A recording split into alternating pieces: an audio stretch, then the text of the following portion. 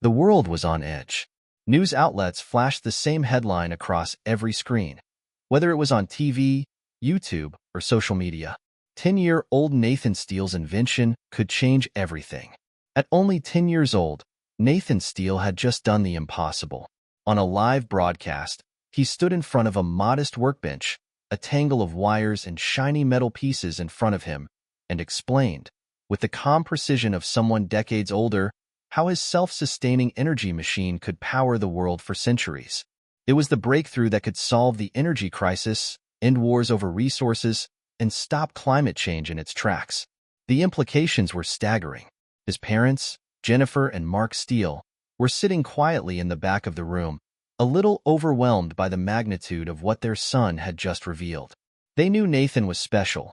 His childhood was full of signs that he was gifted, from solving complex mathematical problems at 4 years old to constructing his own rudimentary computers by age 6. But even they couldn't have predicted this. He wasn't just the smartest kid in the room. He was now the smartest person in the world. And now the whole world was watching him. At first, people thought it was a hoax, just another child prodigy, making headlines with wild claims. But then the world's top scientists, engineers, and tech moguls verified it. Nathan's machine wasn't just theoretical. It worked. And it worked in a way that no one else had even come close to achieving. The fact that Nathan Steele, at the age of 10, had accomplished what experts in energy, physics, and technology had been chasing for decades stunned the world. And it caught the attention of Elon Musk, the man whose name was synonymous with pushing the boundaries of technology, space, and innovation. Elon Musk to meet Nathan Steele. The headline hit social media within minutes of its release. The tech mogul, who had revolutionized electric cars, space travel, and the very idea of the future itself, was fascinated. And, in a rare move, he didn't just tweet about it or send a message through a PR team. He reached out directly. Elon Musk wasn't known for being sentimental or overly interested in working with young talent. His ventures had always been driven by the belief that the future was about human survival and advancing to the stars. But something about Nathan's invention felt different. There was a level of brilliance there that even Elon couldn't ignore. Could this 10-year-old be the key to solving not just energy problems, but unlocking a new future for humanity? Could Nathan be the person to push space exploration, AI, and even human evolution forward in ways that no one could have imagined? In an email to Nathan's parents, Elon wrote, "Nathan, I've seen what you've done, and it's nothing short of extraordinary. I'd like to meet you, discuss your work, and explore the future you envision for the world. Let me know when would be a good time." Elon Musk had sent countless emails over the years, reaching out to the best minds in science, technology, and business. But this one felt different. He wasn't just trying to recruit another engineer or scientist to help build his next venture. He was genuinely interested in what Nathan had to say. Elon's curiosity had been piqued in a way it never had before. The media went into overdrive. Headlines continued to shift, trying to guess what would happen next. Some were skeptical. Could a 10-year-old really change the world? Others, though, saw the potential. This was the moment they'd all been waiting for. An actual genius who could change everything, not in 20 years, but right now. Nathan's name became a symbol of hope, a beacon for a future where anything was possible. People from all walks of life rallied behind him, starting social media campaigns, creating petitions to give him full access to the world's resources to finish his work. Nathan didn't want the fame, but it was impossible to avoid. He was not just a child inventor. He was the future. And all of it led to this moment, a meeting between Elon Musk and Nathan Steele. The two of them, one driven by the pursuit of interplanetary travel and the other by a desire to save the planet, would soon come face to face. The day of the meeting arrived. Nathan, looking every bit the part of a young genius, was seated at his workbench, surrounded by the tools and materials that had been his life for years. He was used to the pressure, the cameras, the reporters, the curious eyes that followed his every move.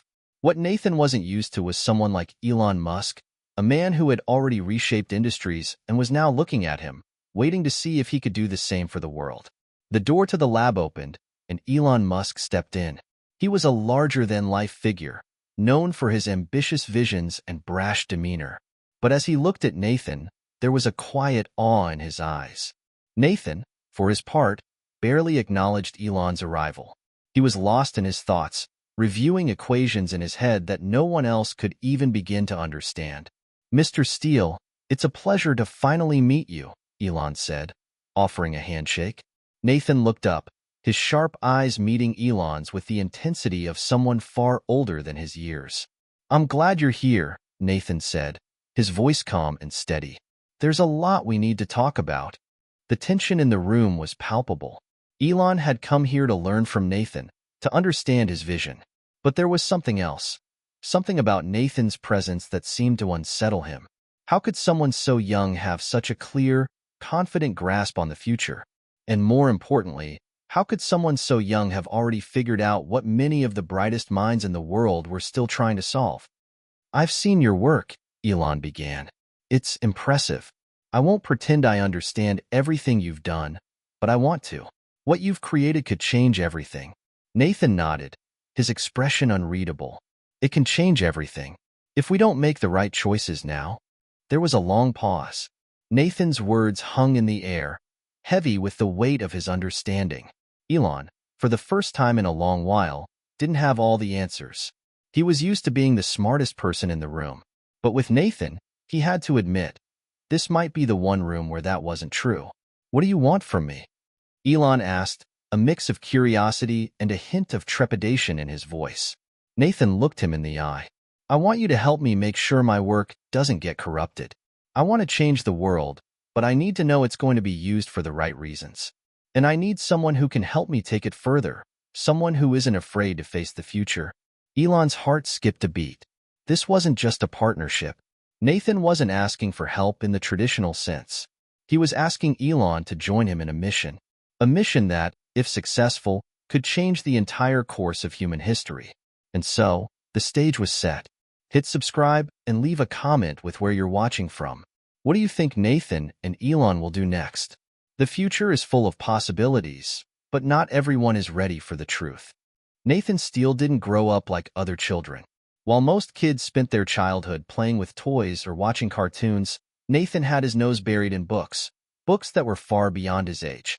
From the moment he could read, he devoured anything he could get his hands on. Science journals, historical texts, biographies of famous inventors, and the works of Nobel Prize winners.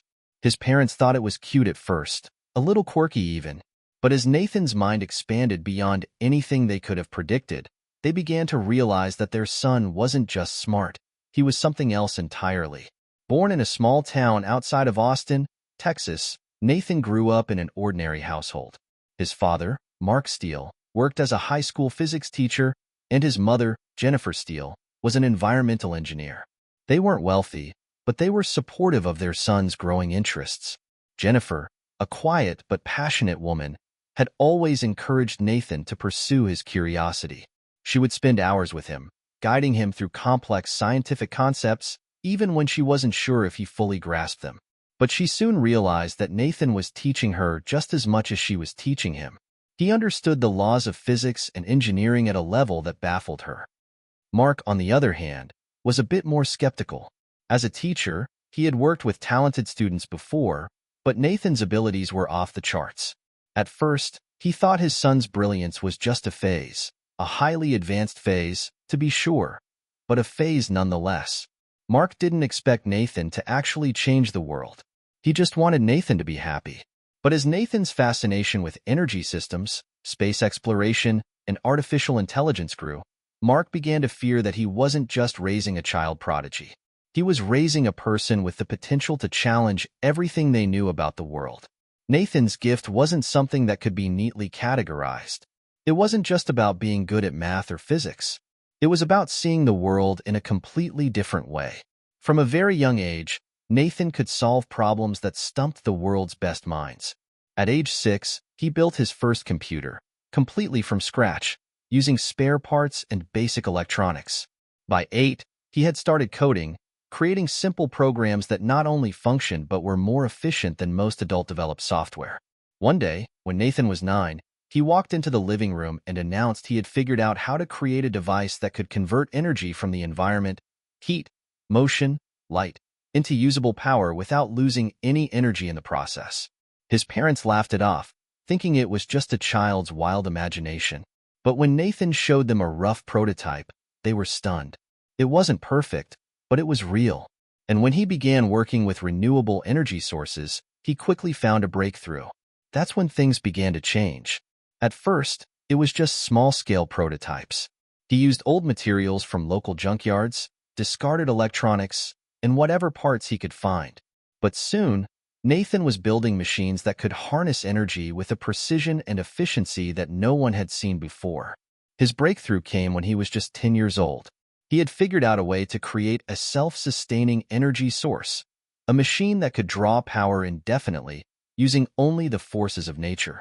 It wasn't just another alternative energy idea. It was a solution to the world's most pressing problem. But Nathan wasn't interested in fame or recognition. He wasn't building this for money or accolades. He wanted to fix what was broken. Nathan's journey hadn't been easy. He'd faced his share of struggles. In school, he was often isolated. His teachers didn't know how to handle him.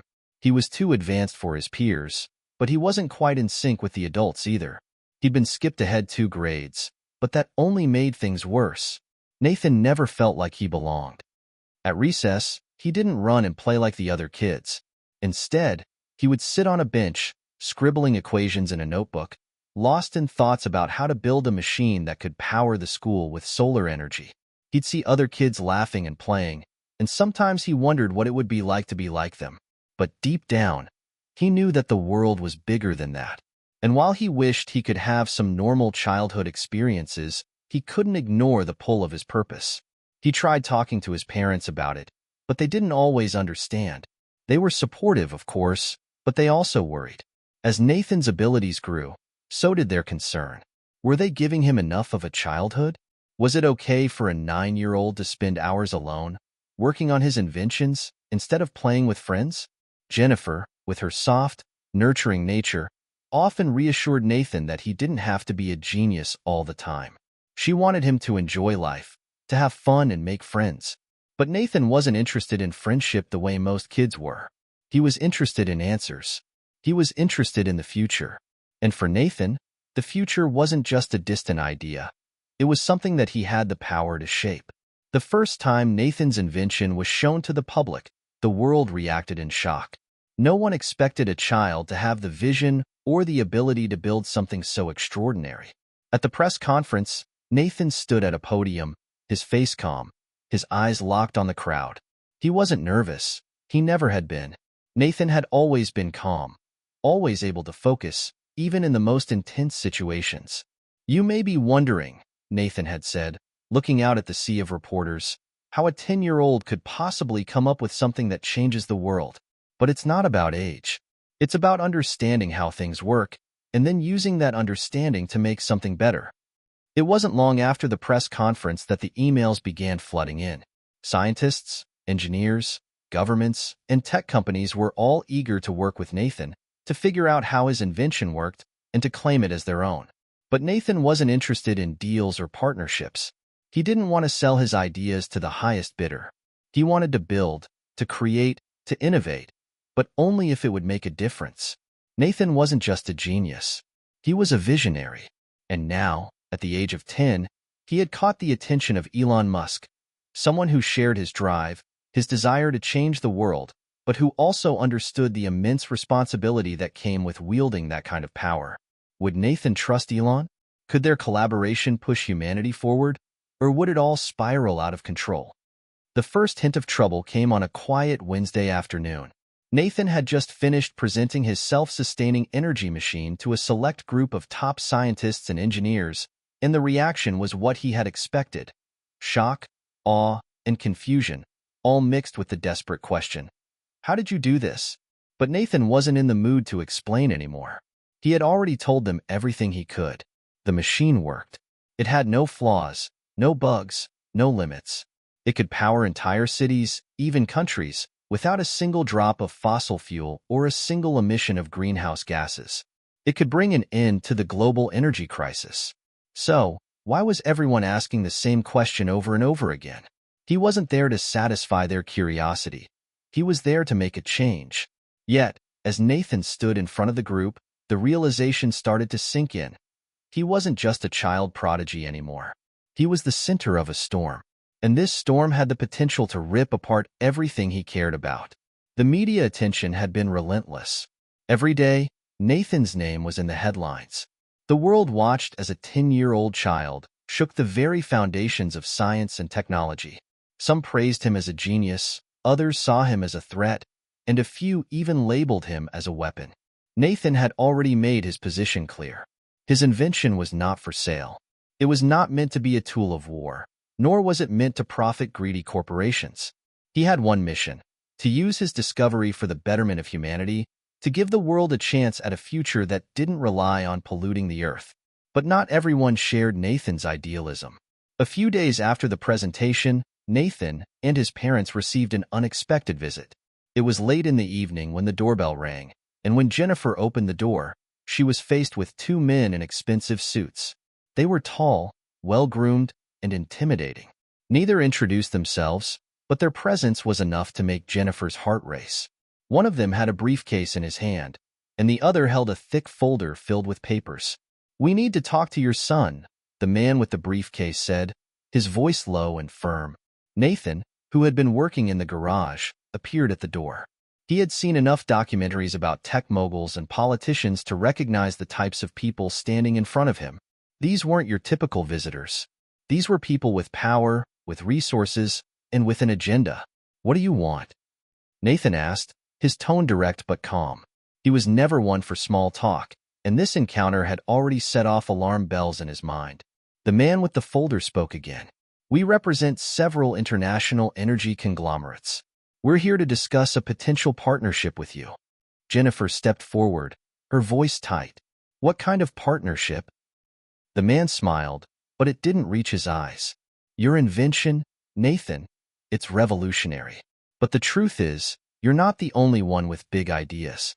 These companies have the resources, the infrastructure, and the expertise to take your machine global. Imagine the good we could do, Nathan. Clean energy for the world, for billions of people. It's the kind of legacy that can change the future." Nathan frowned. He knew what they were really offering: control. They weren't interested in the invention itself. They wanted to own it. They wanted to monopolize the world's energy supply. They wanted to turn his discovery into another commodity, just like oil and gas. "No," Nathan said simply. The man didn't flinch. "Think about it, son. You can change the world, but you can't do it alone. We have the means to make your vision a reality.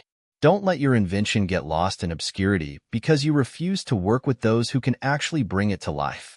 Jennifer stood beside Nathan now, her arm protectively around him. "You heard him, Nathan. These people don't care about changing the world. They care about making money." The man's expression hardened. "We'll be in touch." That night, as the door shut behind the men in suits, Nathan could feel the weight of the situation pressing down on him. He had always known that his work would attract attention, but he hadn't expected it to happen so soon, or in such an aggressive manner. These were powerful people, with influence that stretched across continents. If they wanted to take his invention and control its future, what could he do to stop them? His father, Mark, tried to be the voice of reason. "Nathan, you're still just a kid. You don't understand the bigger picture. These companies have the resources to make your invention work on a global scale. You can't solve the world's energy crisis on your own." Nathan clenched his fists, frustration burning in his chest. "I don't want to sell out, Dad. I'm not doing this for money or power. I want to make a difference." Mark sighed, running a hand through his hair. "I know you want to make a difference, but you need to be realistic. You can't fight this alone." Nathan's heart sank. His father had always been his biggest supporter, but now it felt like he didn't believe in him the way he used to. There was a growing distance between them, and Nathan could sense it. "You don't get it," Nathan said, his voice trembling slightly with anger. "This isn't just about money. It's about something bigger than all of us. And if we don't do it the right way, it will be too late." Mark looked away, his expression conflicted. "You can't change the world on your own, Nathan. You need help. Real help." The next few days were a blur of phone calls, emails, and meetings. Governments around the world, energy companies, and even private investors were all clamoring for a piece of Nathan's invention. They wanted him to sign contracts, to share his technology, to partner up with the biggest names in the industry. But Nathan remained resolute. He would not let his work fall into the wrong hands. However, the pressure was mounting. As the demands from these powerful entities grew louder, Nathan's resolve began to waver. Every meeting he attended, every phone call he took, only reinforced the growing sense of urgency. This wasn't just about inventing something cool. This was about saving the world, or losing it. And then, in the midst of it all, there was Elon Musk. Elon's email arrived late one night, just as Nathan was finishing up a new calculation for his energy machine. It was simple, yet it carried weight. "Nathan, I've been watching everything unfold. I think you and I need to talk again. This can't be rushed, and it can't be done alone. But together, we can change the world." Nathan stared at the message for a long moment, his fingers hovering over the keyboard. Could he trust Elon Musk? Was Elon the ally he needed to protect his invention?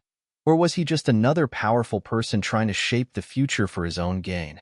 The decision to meet with Elon Musk wasn't easy. Nathan had spent days weighing the pros and cons, struggling with the idea of trusting anyone in a world so full of greed and corruption. But the weight of the pressure, both internal and external, was becoming unbearable. He could no longer afford to remain isolated in his garage, tinkering with his energy machine and hoping that things would resolve themselves. As Nathan sat in his bedroom, staring at the email on his laptop screen, he thought about the larger picture. Elon wasn't just another billionaire businessman. He was someone who had taken big risks to change the world. Someone who, like Nathan, had defied the odds and built companies that could push humanity forward. The more Nathan thought about it, the more he realized that maybe, just maybe, he could trust Elon. "It's not just about me anymore. It's about all of us." Nathan typed a quick response. "Elon, I agree. Let's meet and figure out what comes next. I think we can do something no one else has ever done. Let me know where and when." The next day, a jet was waiting for Nathan and his family. It was a private plane owned by one of Musk's many ventures, and it was headed to SpaceX headquarters in California. Elon had already made arrangements, and Nathan was eager, excited, even. He was ready to face the future head-on. The journey to California was surreal. Nathan had always dreamed of space exploration, of venturing to Mars, of building a new world beyond Earth. But now, as he boarded a sleek, modern jet, he couldn't help but feel the enormity of the situation bearing down on him. His energy invention wasn't just going to change the world. It was going to change everything. As the jet soared high above the clouds, Nathan leaned back in his seat and let his mind wander. He thought about the moment he first invented his self-sustaining energy machine. He had been just 10 years old, full of hope and optimism, certain that the world was ready for something new. But now, he knew better. He knew that there were forces at play, forces that would do anything to control his work, to twist it for their own gain. And that was what frightened him most. When Nathan and his family landed in California, they were greeted by a small group of SpaceX engineers and security personnel. Elon Musk himself wasn't there to greet them. Instead, he was already in the lab, preparing for their meeting. Nathan's heart raced as he was led through the sprawling campus, passing by cutting-edge rockets and high-tech gadgets that seemed straight out of a science fiction novel. Everything was clean, efficient, and futuristic. Nathan had always admired Elon's work, but being here in person, standing on the threshold of so many groundbreaking projects, was overwhelming. He felt small, like he didn't belong in a world so vast and filled with possibility. But then, as they entered the conference room, Nathan spotted Elon standing by the window. The famous inventor and entrepreneur was casually dressed in a black t-shirt and jeans, his hands folded behind his back. He turned to face them as they entered, and his eyes locked onto Nathan's. "Ah, Nathan," Elon said, his voice calm but with a hint of excitement. "I've been looking forward to meeting you in person." Nathan offered a brief smile, trying to mask the nervousness he felt. "Thank you for agreeing to meet with me." You don't have to thank me," Elon interrupted with a smile. "I've been following your work closely. You're a remarkable kid." "I'm not a kid," Nathan replied sharply, though there was no real malice behind the words.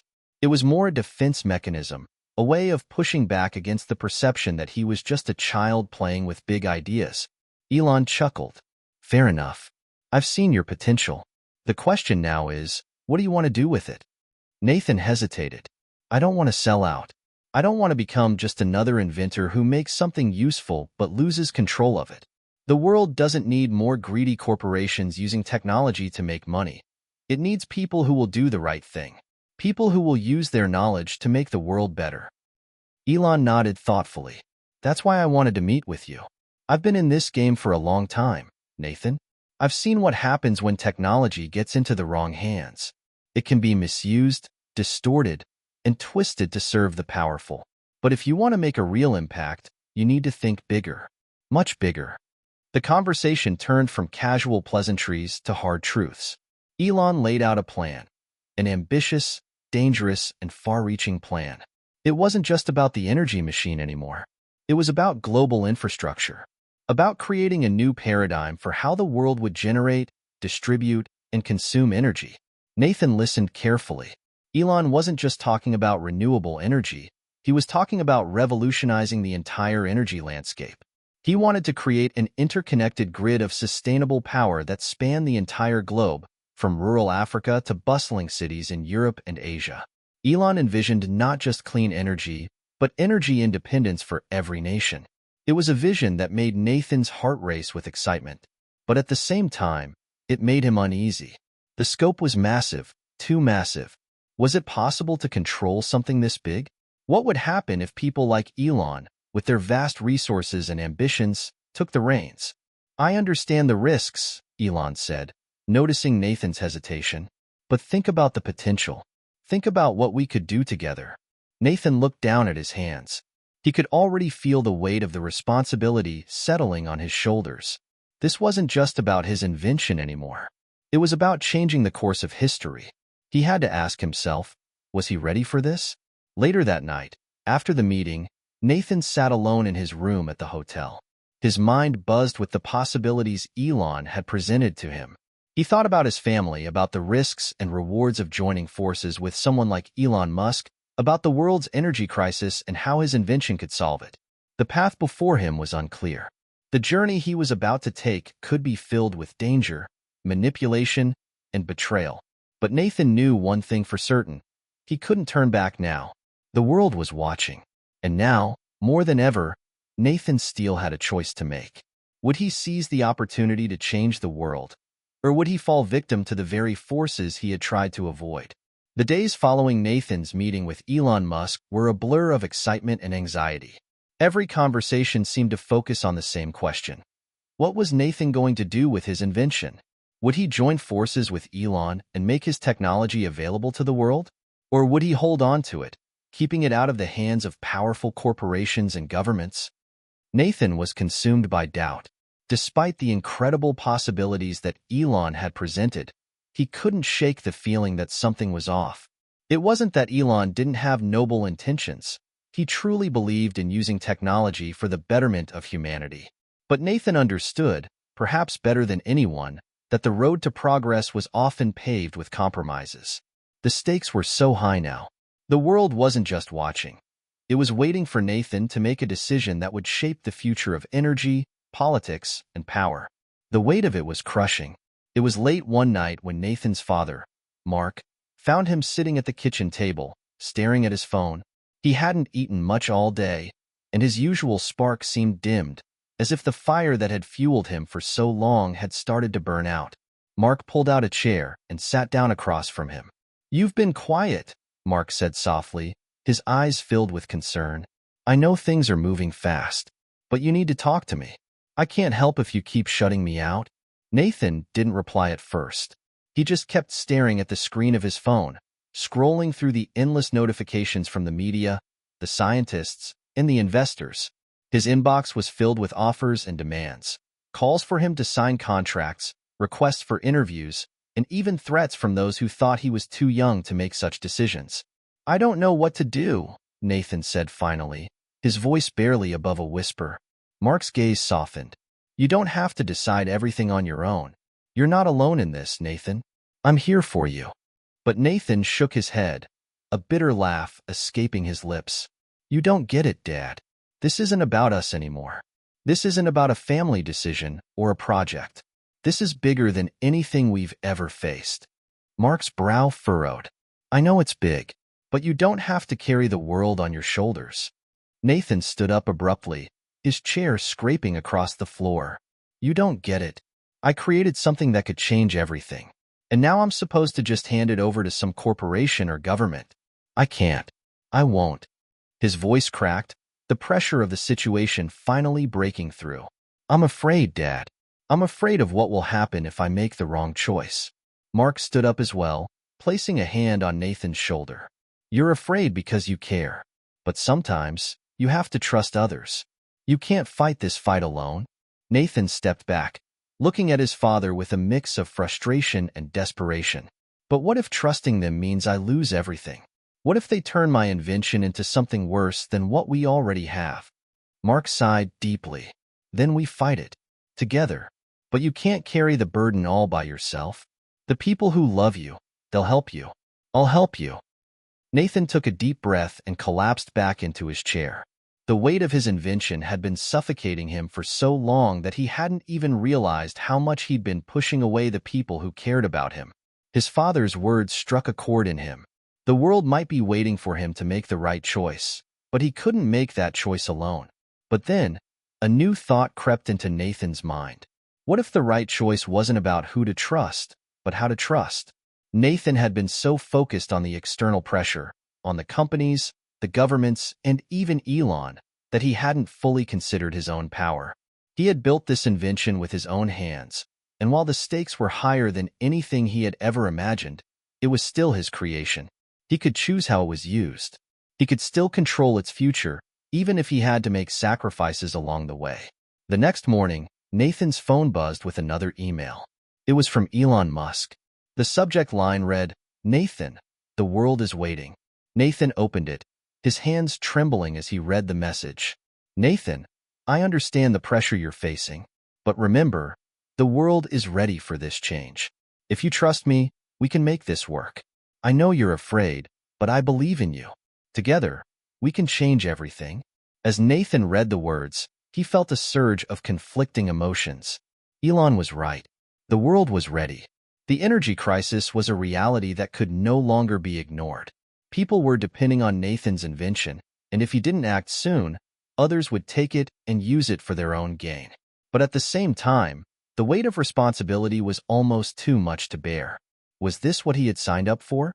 Suddenly, the doorbell rang. Nathan opened the door to find a man standing on the doorstep, holding a small package. The man handed it to Nathan and walked away without saying a word. Nathan stared at the package, a chill running down his spine. It wasn't just any package. It had been carefully sealed, with a single symbol on the front, the World Energy Council. Nathan tore open the package. Inside, there was a letter, accompanied by a small USB drive. The letter was short and to the point. "Nathan, we know what you've created. We've been following your work closely. The time has come for you to make your decision. We'll be watching, and we will act accordingly." Nathan's heart pounded in his chest. It was a threat. The World Energy Council was a shadowy organization made up of the wealthiest and most powerful figures in the world. They had the means and the influence to force Nathan into submission, to take his invention and control it. He sank down into a chair, the letter trembling in his hands. He had already known this was coming, but seeing it in writing made it all too real. This wasn't just about his invention anymore. This was about his life, his family, and the future of humanity. The forces that had been working in the shadows were now making their move. Nathan's phone buzzed again. Another message from Elon. "Nathan, I know you're scared, but you're not alone. Let's meet. We can do this." Nathan took a deep breath, wiping the sweat from his brow.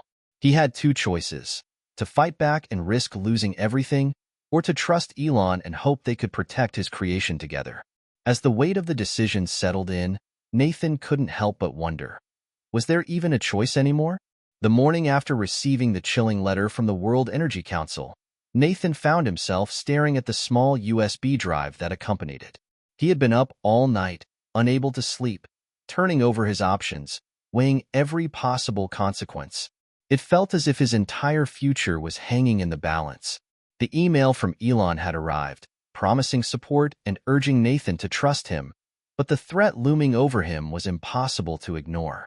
Nathan's phone buzzed again. It was a message from his best friend, Jackson. "Hey man, we need to talk. Call me when you get a chance." Nathan hesitated before replying, but something about Jackson's urgency made him pick up the phone and dial his number. "Jackson, hey?" "Hey, Nathan," Jackson replied, his voice unusually tense. "Look, I've been hearing some rumors. A few sources are saying that the World Energy Council's trying to move fast on this. They're making their play sooner than we thought." Nathan rubbed his temples, feeling the weight of Jackson's words. The WEC wasn't just watching anymore. They were closing in. "Yeah, I know. I got their message last night. It's bad, Jackson. They want my invention, and I think they're going to do whatever it takes to get it." "Damn." Jackson paused for a moment. "You're not alone in this, you know. I don't know what you're planning, but I want in. I'll help however I can." Nathan's chest tightened. He hadn't realized how much he needed to hear those words until now. I'm not sure what I'm doing, Jackson. I've got the opportunity to partner with Elon. He's got resources, power, and influence. But can I really trust him? Can I trust anyone?" Jackson's voice softened. "I can't make the decision for you. But whatever you choose, I'm with you. But don't shut people out. You don't have to carry all of this on your own." Nathan closed his eyes, taking a deep breath. For the first time in days, he allowed himself to feel a flicker of hope. Jackson's words meant more than he could express. He wasn't alone in this fight. Not anymore. After hanging up with Jackson, Nathan stood in front of the window, his mind racing. The decision had become almost unbearable. He knew that time was running out. The World Energy Council had already made its intentions clear. Elon, on the other hand, was offering him a partnership, one that promised power and protection, but also carried its own risks. What if trusting Elon was the right choice? What if, together, they could ensure the technology was used for good?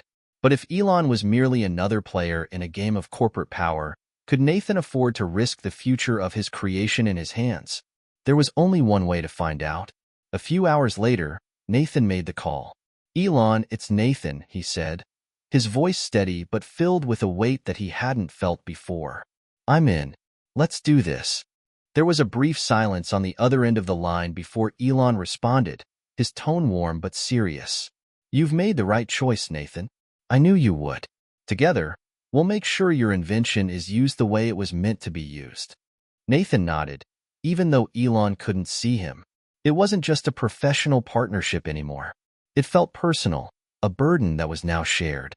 "I'm trusting you, Elon, but we need to move fast. The World Energy Council isn't going to wait around." Elon chuckled darkly. "I know. That's why we're going to beat them at their own game." The next few weeks were a blur of activity. Elon put Nathan to work, introducing him to his closest team of engineers and strategists. SpaceX's headquarters became Nathan's second home, and the pace was relentless. Elon's confidence was contagious, but so was the tension in the air. Every decision, every move they made, felt like it could be their last. Nathan's invention was being developed faster than he could have ever imagined, and yet, there was an underlying sense of urgency that gnawed at him. The World Energy Council wasn't just watching. They were moving, sending their representatives to places where Nathan had once felt safe. The media, too, had picked up on the story, painting Nathan as a child prodigy whose invention could change the course of history, or bring about its destruction. But it wasn't just the council that Nathan had to worry about now. Within the walls of SpaceX, things weren't as smooth as they appeared. There were whispers, quiet, concerned conversations among the engineers, questioning whether Elon was playing his cards too aggressively. Was he truly concerned about the future of the world, or was he just playing another game of power? Nathan couldn't ignore those whispers, but at the same time, he knew that backing out now wasn't an option. One afternoon, as Nathan was working late in one of SpaceX's high-tech laboratories, he received a message that changed everything. "Urgent, WEC representative meeting scheduled for tomorrow. Be prepared." It wasn't just a warning, it was a direct challenge. Nathan stared at the message, his heart racing. This was it. The World Energy Council was finally making their move. If Nathan didn't act fast, everything he'd worked for, everything he trusted, could be ripped away from him. He rushed to find Elon, who was in a conference room with several of his top advisors. "Elon, we've got to move," Nathan said, his voice urgent. "They're setting up a meeting with me tomorrow. The World Energy Council wants to take this to the next level." Elon looked up from the table, his face unreadable. "I know. It's time to face them. But this is where things get tricky, Nathan. We've been planning for this, but I need you to be prepared. The WEC doesn't back down easily." Nathan nodded. He was ready, even if he wasn't entirely sure what ready meant. "We need to be smarter than they are. We need leverage. And we need to make sure they understand that we're not afraid of them," Elon continued. Nathan's mind was already racing. He had to think ahead. If the WEC thought they could intimidate him, they were mistaken. He wasn't just some kid anymore. He was the inventor of something that could reshape the world. The meeting with the WEC representative was set for the following day. Nathan wasn't sure what to expect. The last few months had been a whirlwind of meetings, decisions, and strategy sessions. But this felt different. This wasn't just a negotiation. It was a battle for control, and Nathan was about to walk into the lion's den. As he prepared for the meeting, his phone buzzed again. This time, it was Jackson. "Hey man, just wanted to say, I'm proud of you. Whatever happens, just remember, you're doing this for the right reasons." Nathan smiled faintly, feeling the weight of his friend's words. "Thanks, Jackson. I won't forget that." He closed his eyes for a moment, taking a deep breath. The world was watching. He had made his choice. But now, he had to stand by it. Nathan had never felt such a sense of dread in his life. The meeting with the World Energy Council, WEC, was only hours away, and as he sat in the conference room at SpaceX headquarters, the weight of the moment pressed heavily on him. His phone buzzed constantly with messages from journalists, scientists, and advisors, but Nathan couldn't bring himself to answer any of them. The noise of the outside world had become unbearable. Instead, he focused on the one person who mattered right now, Elon Musk. Elon had been eerily quiet in the lead-up to the meeting. Though his confidence never wavered, there was something about the way he was pacing the room, eyes darting from one screen to the next, that made Nathan uneasy. Elon had never seemed so tense. "Are you ready for this?" Nathan asked, trying to keep his voice calm, though his own nerves were bubbling under the surface. Elon turned to face him, his eyes sharp and calculating. "I've been ready for this my whole life," he said, a faint smirk crossing his face. But there was no warmth in his voice. It was all business. Nathan swallowed. "I'm not sure I am." Elon chuckled, but it wasn't reassuring. "That's normal. No one's ever ready for a fight like this. But you've got the one thing they need, Nathan. The invention.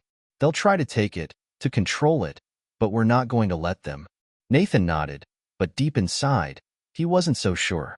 Elon had become an enigma to him. At first, Nathan had trusted him, had been inspired by him. But now, with everything on the line, he was starting to wonder if Elon was just another player in the game, manipulating him for his own ends. After all, what did Elon truly want? Was it about the greater good?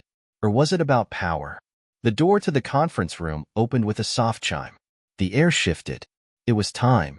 The World Energy Council's representative had arrived. Nathan and Elon both stood up, their movements synchronized, as two men in sharp suits walked into the room. The first was an imposing figure, tall and broad-shouldered, his face hard as stone. He was introduced as Victor Shaw, the WEC's lead negotiator. The second man, much younger, was standing slightly behind him.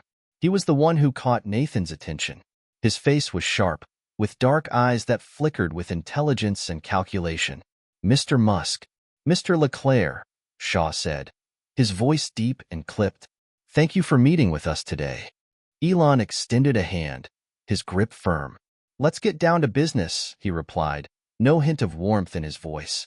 Nathan took a step forward and shook Shaw's hand as well. Shaw's gaze was cold, almost predatory. He studied Nathan like a chess piece, calculating his next move. It made Nathan feel small, exposed. "Mr. Leclerc," Shaw said, We've been following your work for some time now. Your invention is impressive. No, groundbreaking. But the WEC has serious concerns about its potential misuse. We believe that only the right hands can ensure it is used safely and responsibly. Nathan narrowed his eyes. And those hands would be the WEC's, I assume? Shaw smiled thinly. Of course. We have the resources, the infrastructure, and the experience to manage a project of this magnitude. You're young, Mr. Leclerc. Too young to shoulder the responsibility of such an invention on your own. Nathan felt the sting of Shaw's words, but he held his ground. My age doesn't define my capability. I built this for the future of energy, not to serve the interests of a few powerful organizations. Shaw's smile didn't falter. We can help you, Nathan. We can make sure your invention is scaled, implemented, and protected the way it should be. And you won't have to worry about your invention falling into the wrong hands. I'm sure that's a concern you share. Nathan glanced at Elon, who was watching the exchange intently. But Elon didn't seem to be reacting the way Nathan expected. His expression was unreadable, almost distant. Victor Shaw took a step closer to Nathan, his voice lowering. If you want to ensure that the future is safe, Mr. Leclerc, then you need to let go of this illusion of control. You can't stop progress, and you certainly can't do it alone. Nathan felt a wave of unease wash over him. Shaw's words were chilling, but there was a deeper undercurrent to this conversation. Something wasn't right. His gut was screaming at him, telling him that the WEC's offer was a trap. They were trying to manipulate him into handing over control. And for the first time, Nathan questioned whether Elon was really on his side. He turned to Elon, his voice barely above a whisper. Elon, what's going on here? Are we really just going to hand this over to them? Elon didn't answer immediately. Instead, he stared at Shaw, his jaw clenched. Finally, he spoke, his tone measured. Nathan, sometimes you have to make tough decisions. We've known this day was coming. The WEC has the influence to make sure this technology is used responsibly. The question is, what happens if we don't go along with them? What happens to you, to me, to everything we've worked for? Nathan felt a sudden chill. Elon wasn't the man he thought he was. There was a cold pragmatism behind his words now, one that made Nathan question everything. Shaw cleared his throat, drawing Nathan's attention back to him. Mr. Leclerc, we understand your reluctance. But you must understand, we represent the global order. This technology, it could bring about an era of unparalleled prosperity, or it could unravel everything we've built. We are prepared to offer you the security, the support, and the guidance you need to ensure its success. Nathan's mind raced. Was this an offer to protect the world, or an attempt to control it? Victor Shaw continued, his eyes never leaving Nathan. You need us, Mr. Leclerc. If you're smart, you'll accept our terms. Otherwise, your future, and the future of this technology, will be uncertain. Nathan clenched his fists, feeling a knot form in his stomach. This was it, the moment of truth. The choice was no longer just about trusting Elon. It was about standing up to the forces that had been pulling the strings in the shadows. The WEC wasn't just a corporation. It was an empire of influence, and Nathan was about to learn the hard way that no one could stand against them without consequences. Elon leaned in, his voice quiet but filled with an unspoken warning. Nathan, this is bigger than you think. Don't make a move without thinking of the bigger picture. For a moment, Nathan was silent. His mind was a storm of conflicting emotions. But then, like a switch being flipped, he made his decision. I'm not handing this over to you, Nathan said firmly, looking Shaw in the eye. And I'm not handing it over to Elon either. This technology is mine, and I'll make sure it's used the way it was meant to be used, on my terms. There was a long pause, the air thick with tension. Shaw's eyes narrowed, and for the first time, Nathan saw a flicker of real anger behind the stoic mask. You'll regret this, Shaw muttered. No one turns down the WEC. But Nathan stood tall, unflinching. He wasn't backing down. Not now. Not ever. As Shaw and his colleague stood up, preparing to leave, Nathan caught Elon's gaze. There was something unreadable in Elon's eyes, a mixture of admiration and warning. But it didn't matter. The storm was coming.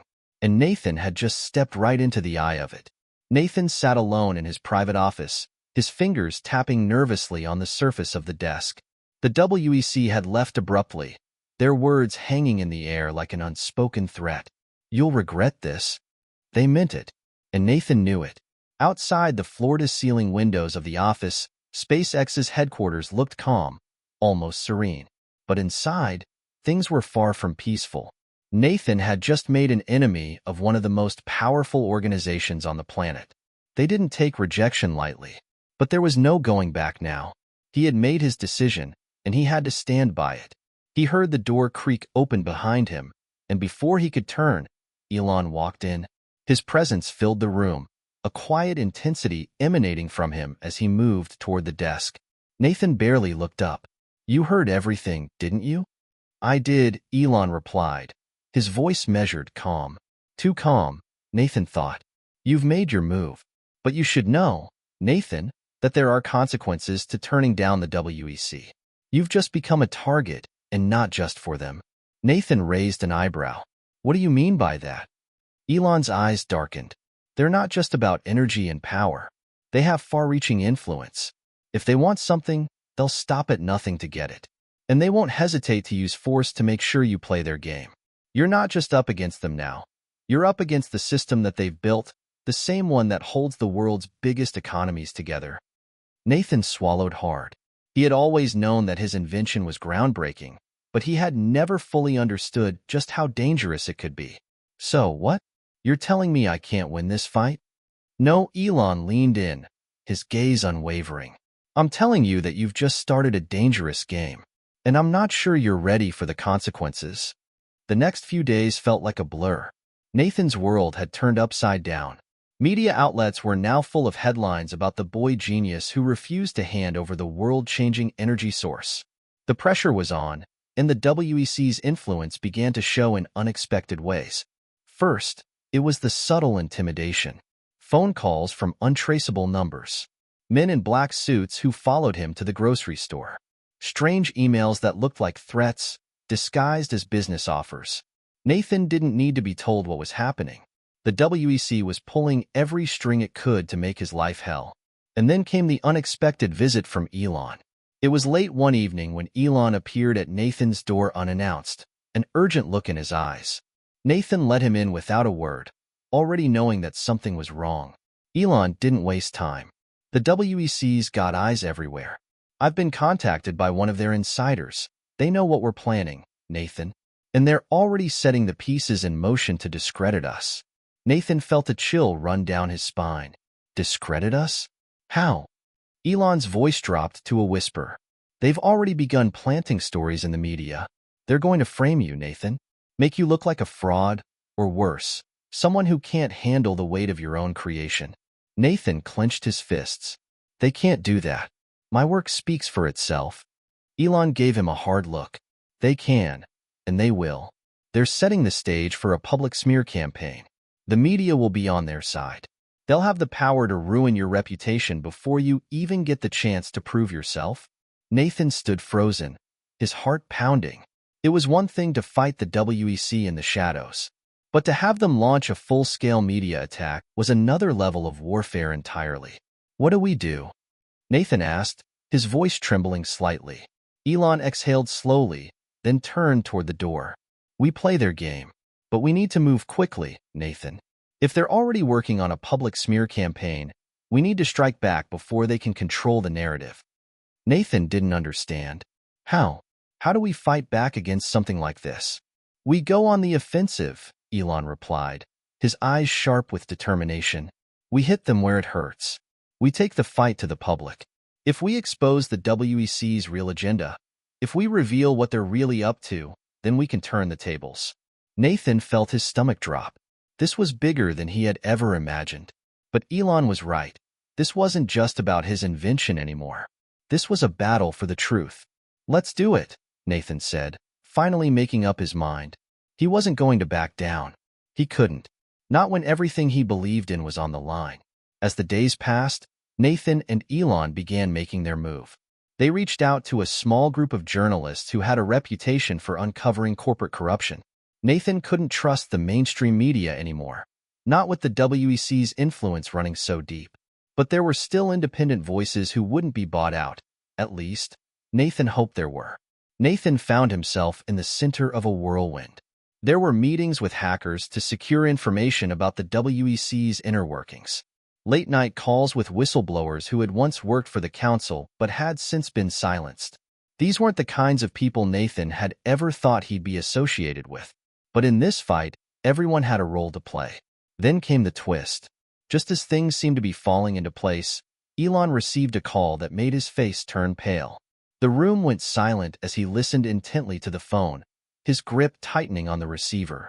"They found out," Elon said after hanging up, his voice grim. "Nathan, they're coming for you." Before Nathan could respond, Elon added, "They're sending someone to take you out." Nathan's world shifted again. In one moment, his greatest fear had come true. The WEC wasn't just playing dirty. They were willing to eliminate anyone who stood in their way. But this wasn't a battle Nathan could lose. Not now. Not after everything he'd sacrificed. "I'm not running," Nathan said, his voice fierce. "We finish this. Together." Elon nodded slowly, but there was something in his eyes that made Nathan pause. It was a flicker of doubt, or maybe something darker. "I need you to understand something, Nathan," Elon said quietly. "This isn't just a battle for your invention. This is a fight for the future. If the WEC succeeds, they'll control everything. Energy, power, politics. The world will never be the same again. But if we fail..." He didn't finish the sentence. Nathan knew what Elon was implying. The stakes had never been higher. Not just for him, but for the entire world. The sun had barely risen when Nathan arrived at SpaceX headquarters.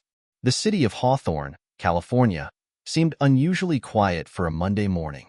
It was as if the world itself was holding its breath in anticipation of the storm that was brewing.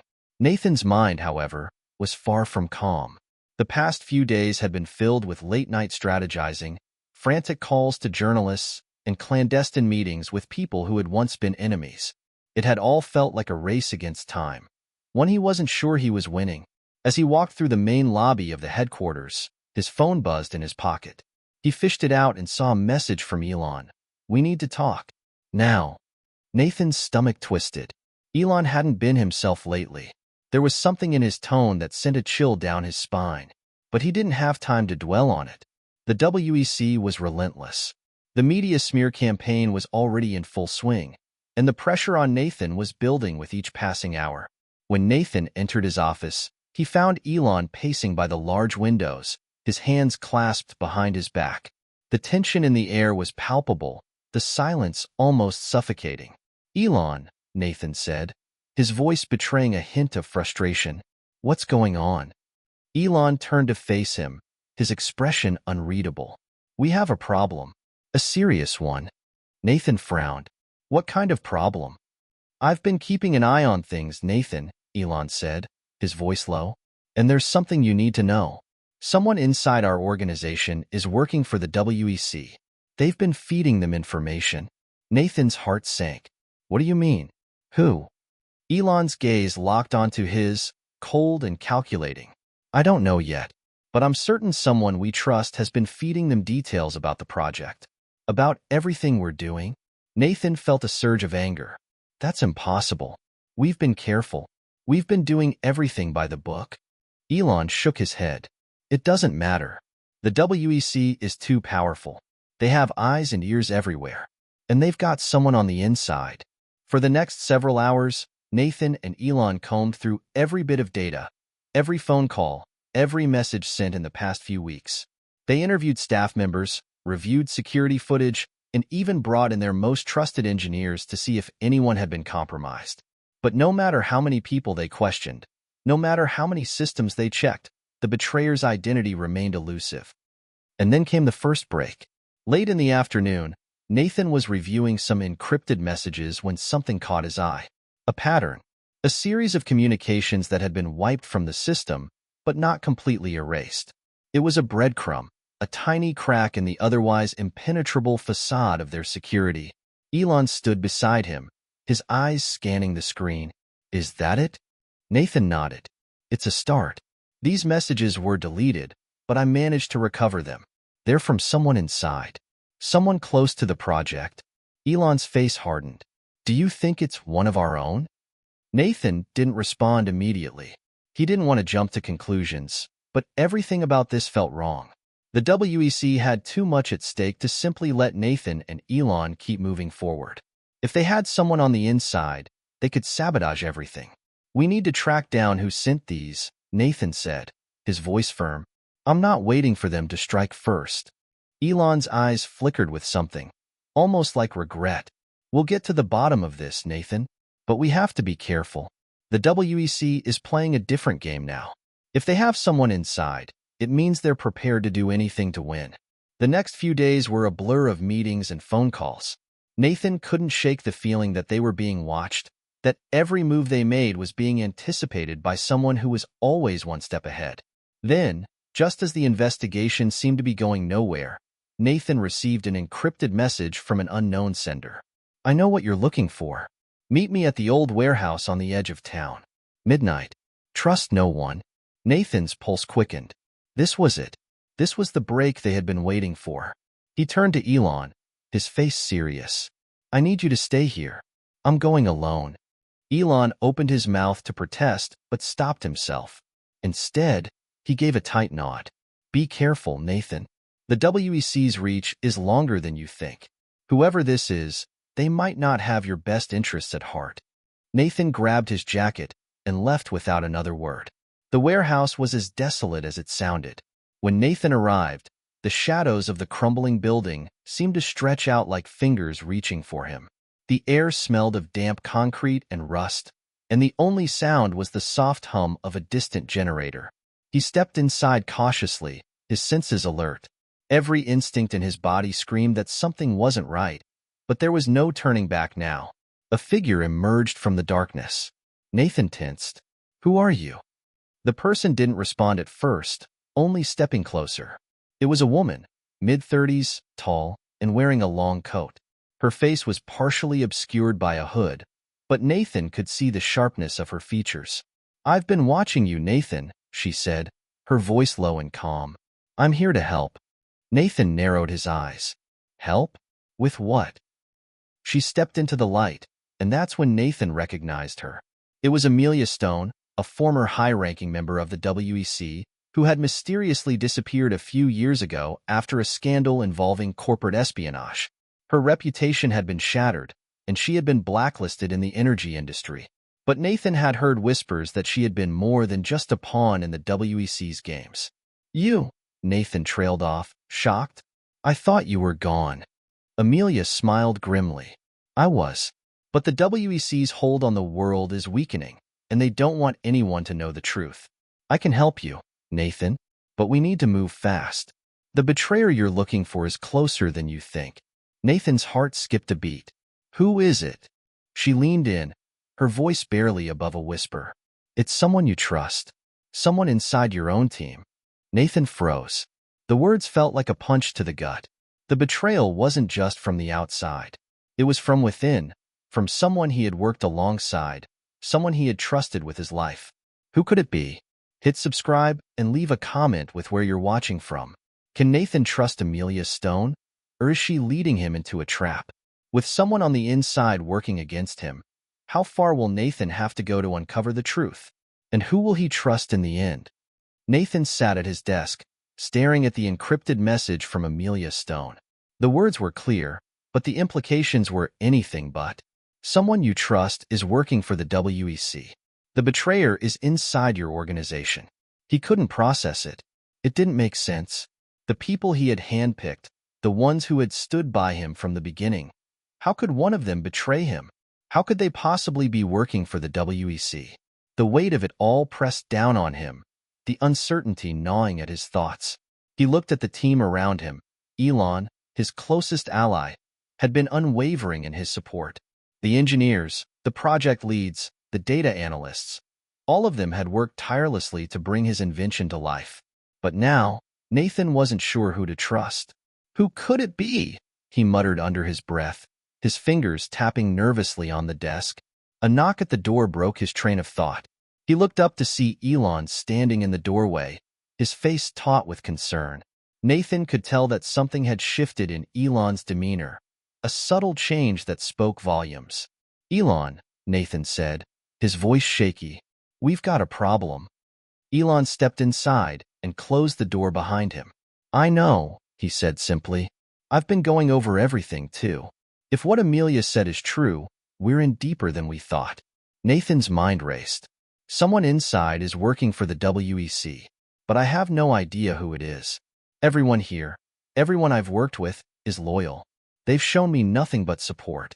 How could one of them be involved?" Elon didn't respond immediately. He took a seat across from Nathan, his expression unreadable. After a long pause, he said, "The WEC doesn't play fair. They don't just go after your rivals, they infiltrate. They find weaknesses, create doubts. If they've placed someone inside your organization, they've done it carefully. And we can't just assume we know who it is." Nathan clenched his jaw. "I'm not assuming anything. I'm going to find out who it is, and I'm going to stop them before they can do any more damage." Elon leaned forward. "We need to be strategic. We can't just start accusing people without evidence. We're too exposed already, Nathan. If we make the wrong move, the whole project could fall apart. It'll play right into their hands." Nathan nodded, understanding the gravity of the situation. "I'll handle it, but I need you to be ready. We may have to make a move soon. We can't afford to let this go on any longer." Over the next few days, Nathan was on edge. Every interaction with his team felt charged with suspicion. He watched their faces more closely, studied their actions for signs of guilt. The WEC was a powerful enemy, and they had resources that could reach anyone, anywhere. But how could they have gotten to one of his own? Nathan knew he couldn't investigate blindly. He needed to be smart about it.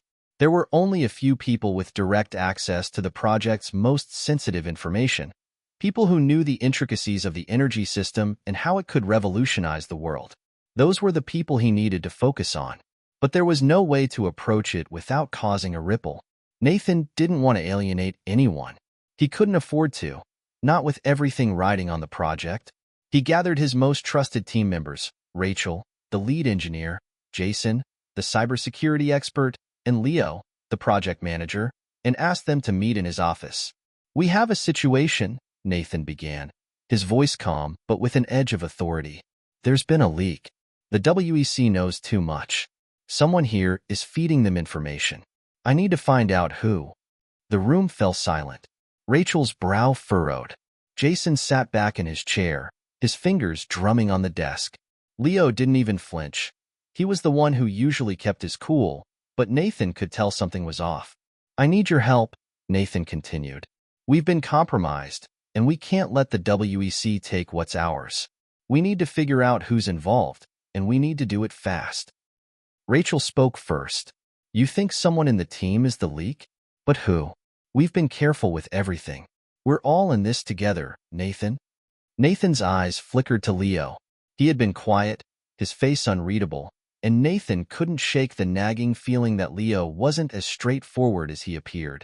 But Leo was the one person who had always been completely on top of every project detail, his reliability unquestioned. Could it be him? Before Nathan could say anything, Jason leaned forward, his fingers pausing their drumming. "We're being watched, Nathan. We all know that. I've been going through the data logs, and I've found traces of unauthorized access. Someone's been accessing the system from outside the company network. It's not just a leak. It's a breach." Nathan's heart skipped a beat. Unauthorized access? That could only mean one thing. Someone had been feeding information to someone outside the team. Someone powerful. Someone connected to the WEC. Rachel's eyes widened. "What do we do now?" Nathan stood up, his mind racing. The walls were closing in. "We need to catch whoever is behind this. We need to make them slip up. I don't care who it is, this ends now." Later that evening, Nathan sat alone in his office, staring at the screen of his laptop. He had spent hours poring over the system logs, trying to piece together the puzzle. Then, in the dead of night, he found it. The smoking gun. A set of encrypted emails sent from the company's internal server to an untraceable address, an address linked directly to the WEC. The emails contained detailed plans for the energy system, blueprints, test results, everything the WEC needed to shut Nathan down. Nathan's hands trembled as he scrolled through the messages. The name attached to the email account? Leo Mason. It couldn't be. Not Leo. He was the one person Nathan had trusted more than anyone else. But there it was, in black and white. Leo had been the one feeding the WEC all along. Nathan's mind went numb. The betrayal cut deeper than anything he had ever imagined. The person he had trusted the most was the one who had been working against him. He had to confront Leo. But what would he say? How could he explain the unexplainable? Just as he was about to make the call, his phone buzzed. It was a message from Amelia Stone. You're too late. The WEC has already made their move. Leo is just the beginning. Get ready. Nathan's blood ran cold. It wasn't over. The WEC was ready to finish what they had started. And now, Nathan was caught in a game where the stakes were higher than he ever could have imagined. The hours after Nathan uncovered Leo's betrayal were a blur. His mind raced, his thoughts tangled in knots as he tried to make sense of everything. Leo had been his closest confidant, the one person who had always supported him, the one person he had trusted implicitly. To think that Leo had been feeding the WEC the very secrets Nathan had worked so hard to protect. It was a blow he never expected. Sitting at his desk, Nathan stared at the screen. The emails were right there. Clear as day, Leo had been the source of the breach. But why? What could have driven him to sell out? Was it money? Fear? Or something more sinister? Nathan had no answers, only questions. His phone buzzed on the desk, pulling him from his thoughts. It was a text from Elon. We need to meet. It's happening. Call me when you're ready. Nathan sighed. Things were spiraling out of control faster than he could keep up. But he didn't have the luxury of time. The WEC was already mobilizing, and Leo had to be dealt with before the situation got worse. He grabbed his jacket and headed to the conference room, where Elon was waiting. The weight of the decision ahead pressed heavily on him. Confronting Leo wasn't just about stopping a traitor. It was about stopping the entire plan from collapsing under the pressure of one man's betrayal. Elon was already sitting at the table when Nathan arrived, his expression grim. We need to act quickly, Nathan. The WEC's grip is tightening. They know we're onto them, and they're going to strike before we even have a chance to blink. Nathan nodded, his mind still reeling. I know. I've just found out it's Leo. He's been the one feeding them the information. Elon's eyes widened. Leo? The project manager? But that doesn't make sense. Leo's been with you from the start. He was loyal, one of the most trusted members of the team. I thought so too, Nathan said, his voice tight. But the evidence doesn't lie. It was him. He's the leak. There was a moment of silence, thick with disbelief. Elon leaned back in his chair, his hands steepled in front of him as he processed the information. So now what? Elon asked, breaking the silence. You're going to confront him? Expose him? I have to. If I don't, he'll destroy everything we've built. The WEC won't stop until they control it all. If Leo is working with them, we can't trust him. I need to find out why he did this, and if he's really working for the WEC, I need to stop him before he can do more damage. Elon nodded. All right then, let's do this carefully. We can't risk tipping him off. We need to know where he stands before we move. The confrontation was inevitable. Nathan had no choice but to face Leo head-on. It wasn't just for the sake of the project, it was for his own survival too. Leo's betrayal was a personal wound, one that Nathan couldn't easily ignore. As night fell over the SpaceX compound, Nathan called Leo into his office. The usual camaraderie between them was gone. Leo entered the room with his usual calm demeanor, but Nathan could see the tension in his posture, the guarded expression in his eyes. He had no idea how much longer Leo could keep up the pretense. You wanted to see me? Leo's voice was level, betraying no hint of emotion. Nathan stood by the window, looking out at the sprawling compound. The night felt colder than usual, the air thick with anticipation. We need to talk, Leo, he said, his voice steady but edged with anger. Leo didn't respond right away. Instead, he crossed his arms and leaned against the doorframe, studying Nathan carefully. About what? Nathan turned to face him, his eyes narrowing. About the WEC. About you. Leo's eyebrows shot up, but he said nothing, waiting for Nathan to continue. I know it was you, Nathan said, the words coming out colder than he intended. I know you've been feeding them information. All this time, you've been betraying me, betraying us. And I want to know why. For a long moment, Leo didn't move. He didn't even flinch. His gaze was calm, almost detached, as if this entire conversation was nothing more than a business transaction. Then, finally, he spoke. It wasn't supposed to happen this way, Leo said, his voice soft. But you were too idealistic, Nathan. You believed you could change the world. You didn't see how powerful the WEC really is. They didn't want you to succeed. Not like this. Nathan clenched his fists, his jaw tight with frustration. You sold us out. You sold me out. Why, Leo? What did they promise you? Leo sighed, running a hand through his hair. It's not about promises. It's about survival. The WEC offered me a chance to keep the project alive, to keep everything going without being crushed under their thumb. I didn't have a choice. If I didn't help them, they'd have shut us down long ago. Nathan shook his head, disbelief overtaking him. So you chose them over us. Over everything we've built. You thought you could play both sides, didn't you? Leo's expression softened, almost as if he were trying to justify his actions. It wasn't like that. I didn't want to betray you, Nathan. But when they made me the offer, I couldn't ignore it.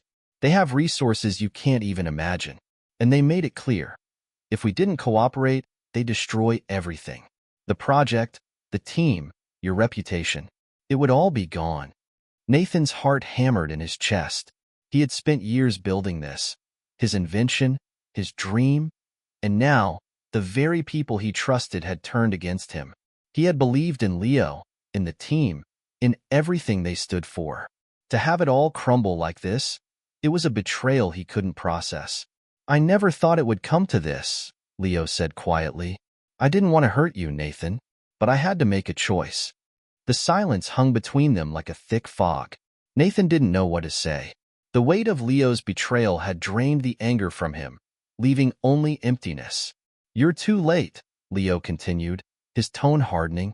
The WEC is already one step ahead of you. I've done my part. And now, they're going to finish what they started. Nathan's blood ran cold. What are you talking about? Leo didn't answer right away. Instead, he walked to the door, pausing for a moment before turning back to face Nathan. The WEC isn't just after the project, Nathan. They're after everything. And you've already lost. There's no stopping them now. With that, Leo left, disappearing into the shadows of the night. Nathan stood there, his mind reeling, his heart heavy with the weight of his loss. It was clear now that the WEC wasn't just targeting the invention. They were targeting Nathan's entire life. And Leo's betrayal wasn't the end of it. It was just the beginning. Nathan's phone buzzed again, breaking him from his thoughts. It was another message from Amelia Stone. You've been warned. They're coming for you. Get ready. Nathan looked at the screen, his resolve hardening. This was war. And it was only just beginning. The next morning, the weight of Leo's betrayal settled like a stone in Nathan's chest. He couldn't shake the image of his old friend, the person he had trusted more than anyone, walking out of his office with a quiet finality. Nathan had to admit it. Leo wasn't just a traitor. He was a pawn in a far larger game, one that Nathan had barely begun to understand. But there was no time for self-pity or anger. Leo's defection had exposed just how vulnerable they were. The WEC wasn't just targeting the technology. They were targeting Nathan, his entire team, and everything they stood for. The fight was no longer just about business. It was personal. Nathan stood at the window of his office, looking out at the sprawling SpaceX campus below. The sunlight filtered through the tall buildings, casting long shadows across the ground. But even in the bright light of day, everything seemed dark. His vision of changing the world, of revolutionizing energy and technology, felt increasingly distant. The WEC's shadow loomed over him, and he could feel the heat of their gaze from miles away. His phone buzzed again. This time, it was a call from Amelia Stone. Nathan, she said, her voice urgent, I've been watching the WEC's movements. They've mobilized faster than we expected. They've got assets in key locations, places that could shut you down in an instant. They know about your project, and they're making their move. Nathan's pulse quickened. I know about Leo. He's the one feeding them information. But that's just the beginning, isn't it? The WEC's plan is far bigger than we imagined. Amelia's voice hardened. It's much bigger than you realize. You have to stop them now, before they take control. You need to move quickly, Nathan. The next 48 hours are critical. Nathan's mind raced. What did she mean by control? Was there something he hadn't yet uncovered? Some bigger plan that the WEC had in motion? Before he could ask, Amelia continued, I've got a team on the ground monitoring their movements. But there's one thing you need to know. There's a traitor within your organization. Leo's defection is just the start. Someone else is working for them, and I don't think it's just about the technology anymore. A cold chill ran down Nathan's spine. Leo had already betrayed him. Could someone else have been playing both sides all along? Amelia, you need to tell me more. I can't risk losing another person I trust. Amelia's voice softened. I wish I could, Nathan. But the truth is, I'm not sure who it is. The WEC's reach is everywhere, and they've embedded themselves so deeply in your world that you may never know who's working for them until it's too late. You've already lost Leo. Now you have to protect the rest of your team. Nathan hung up the phone, feeling the full weight of the situation. The WEC wasn't just coming after the technology. They were coming for him, and they had already planted someone else inside the organization, someone who would stop at nothing to take him down. He couldn't afford to trust anyone now, not even those closest to him. But there was one thing Nathan had learned. The enemy was never as predictable as it seemed. If there was one thing he could do, it was turn the tables.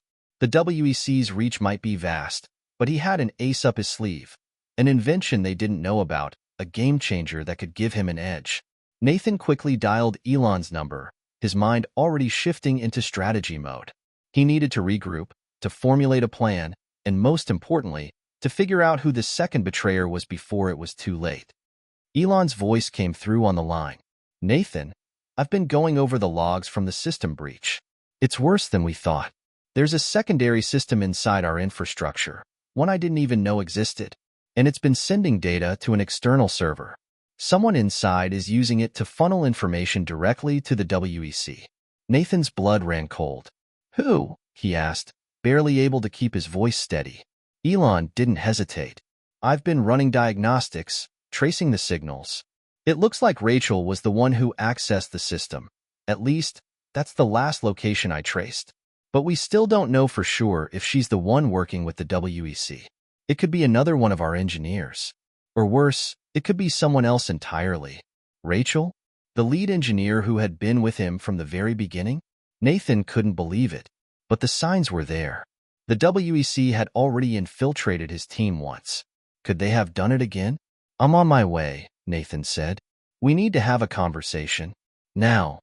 Within the hour, Nathan and Elon met Rachel in the conference room, their eyes sharp with suspicion. Nathan's mind was a whirl of conflicting emotions. Rachel was a trusted member of the team.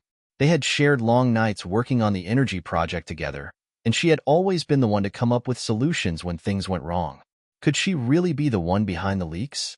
Rachel was already seated when they entered, her eyes meeting Nathan's with a calmness that betrayed nothing.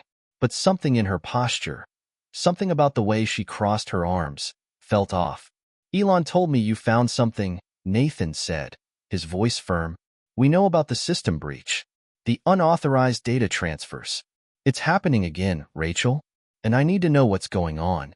Rachel remained silent for a long moment, as if weighing her options. Nathan couldn't tell whether she was guilty or merely nervous. But the silence stretched on, too long to be comfortable. Finally, Rachel spoke. I know what you think. I know you think I'm the leak, but I'm not. I would never betray you like that, Nathan. You've been like family to me. Nathan felt a pang of guilt at her words. But the evidence was overwhelming. She had access to everything, and the system logs didn't lie. Elon traced the signals back to your account, Nathan said, trying to keep his voice steady. The data was being transmitted from your terminal. I need to know why, Rachel. We need the truth. Rachel's eyes flashed with something. Fear, maybe, or frustration. She didn't look at Nathan directly, but instead stared at the table, her hands shaking slightly. "I didn't want to get you involved," Rachel said, her voice low. "I didn't want you to know, but I've been forced into this.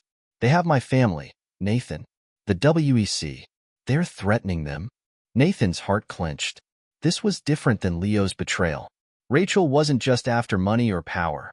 She was being blackmailed. But Nathan couldn't let her off the hook. Not yet. "Who's threatening your family, Rachel? Who's behind this?" Rachel looked up, her eyes wet with unshed tears. "I don't know.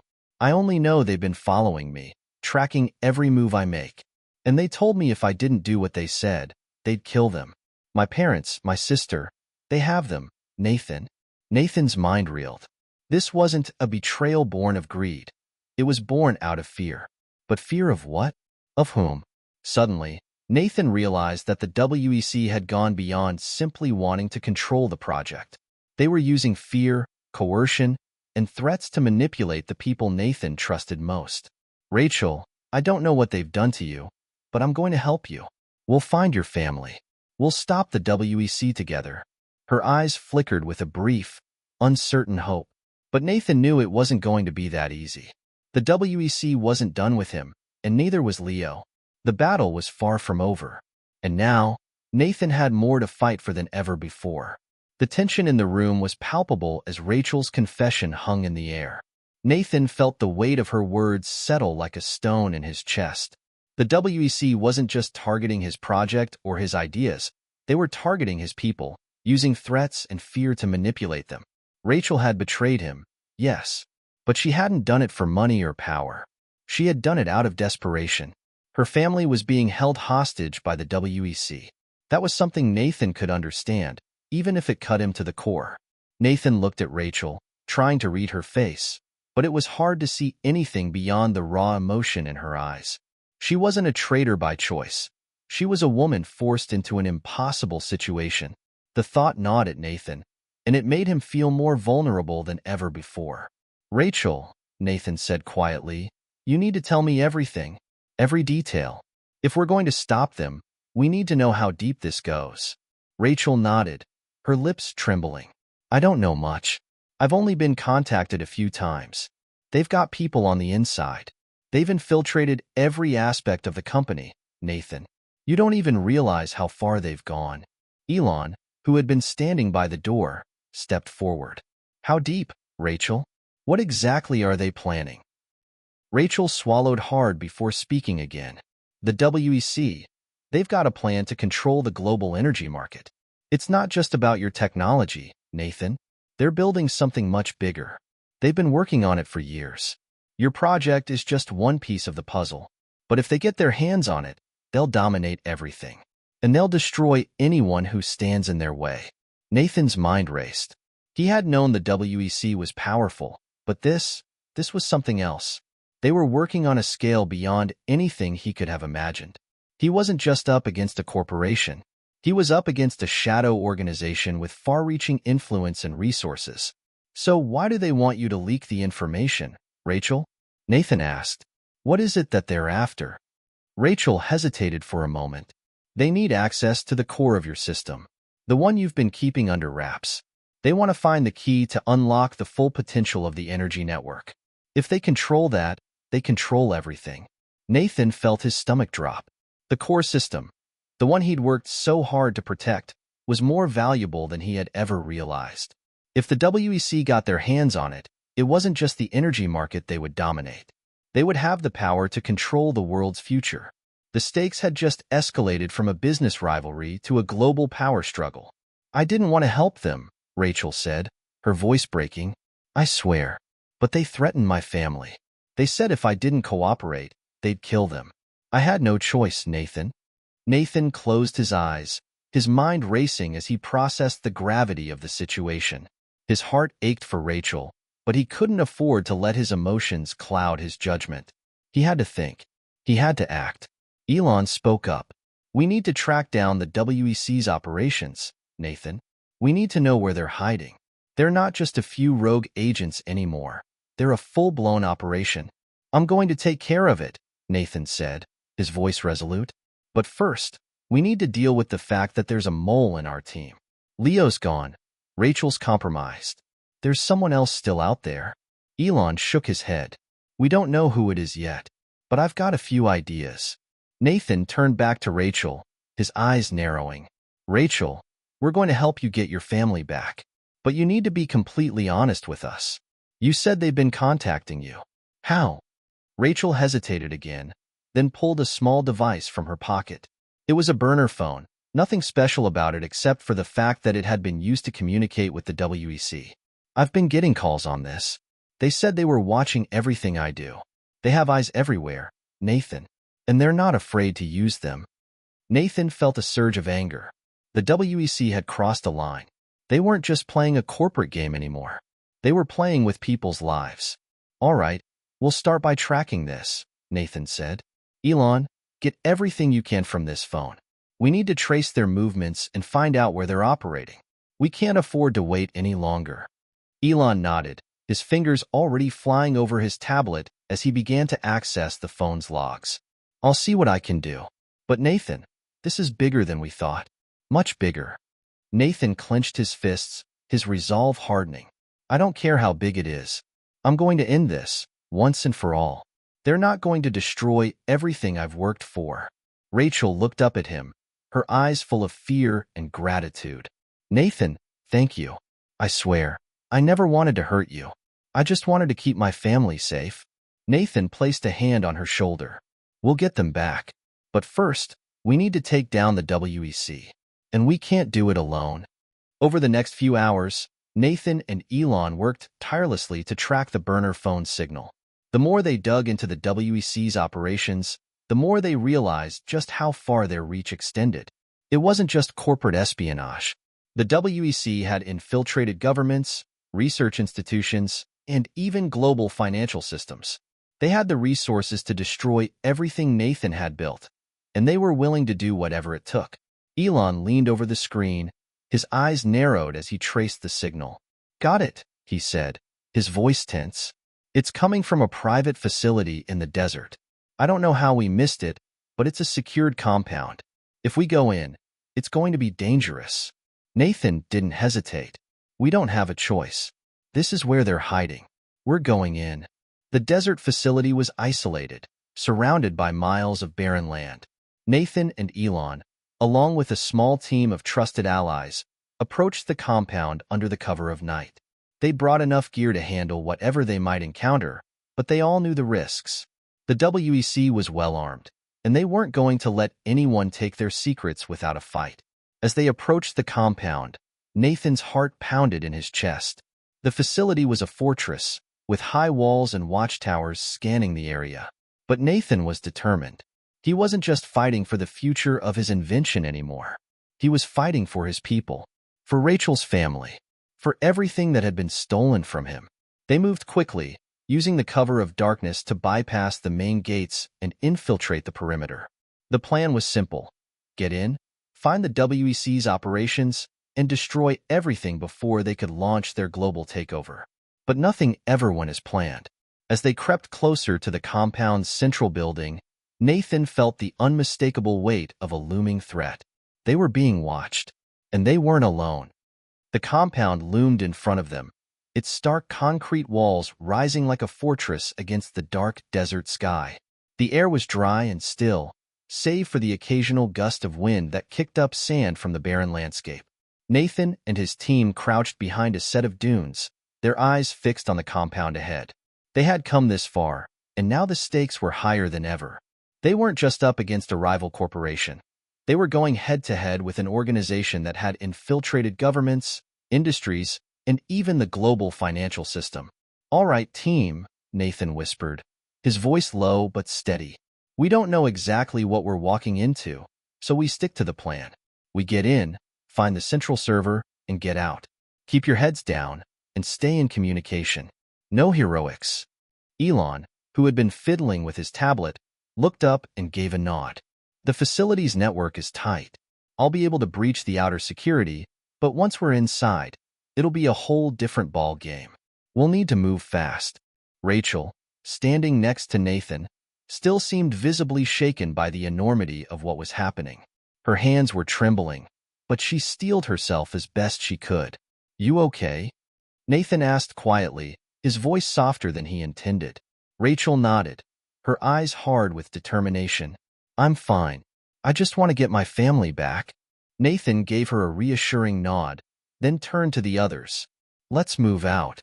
The team moved quickly and silently, weaving through the dunes to approach a side entrance that Elon had identified during their surveillance. As they neared the gate, Elon worked his magic, pulling up an encrypted signal that would deactivate the facility's external sensors. The buzzing of his device was the only sound as the gate's heavy steel lock clicked open. "Got it," Elon whispered, and the team slipped inside without a sound. The facility was massive. The walls seemed to stretch on forever, and the dim, flickering overhead lights cast long shadows down the narrow corridors. They moved in tight formation, their footsteps muted by the thick carpeting that lined the hallways. Nathan could feel the adrenaline coursing through his veins as they navigated deeper into the compound. Every hallway, every door they passed seemed like it could be a trap, but Nathan had no choice. They had to keep going. Elon's voice crackled over the earpiece.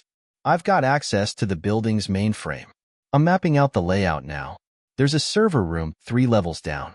That's where the data is being stored. If we get there, we can take it all offline and destroy the WEC's operations." Nathan's grip on his gun tightened. The deeper they went into the compound, the more it felt like they were entering the heart of the enemy's power. It was surreal. This was it. This was the place that held the key to everything, the nerve center of the WEC's global takeover. As they descended further into the compound's belly, Rachel's eyes darted nervously from side to side. Nathan could tell that every step was a fight for her to keep it together. She wasn't just fighting for her family anymore. She was fighting for her own redemption. "Stay focused," Nathan murmured. But even as he said it, the tension seemed to multiply with every passing second. They reached the 3rd level, a long, sterile hallway lined with metal doors. At the end of the hall was a massive security door, its surface marked with high-tech biometric locks. Elon stepped forward, tapping away at his device. "It's gonna be tight," Elon muttered.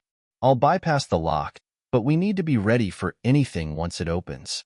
As Elon worked, Nathan's thoughts drifted for a moment. What would it mean if they succeeded? If they destroyed the WEC's operations here, would they finally be able to protect their future? Or would it just be the beginning of something even more dangerous? But before he could dive too deeply into those questions, the door slid open with a soft hiss. Inside, the room was dimly lit, filled with rows of servers and glowing computer terminals.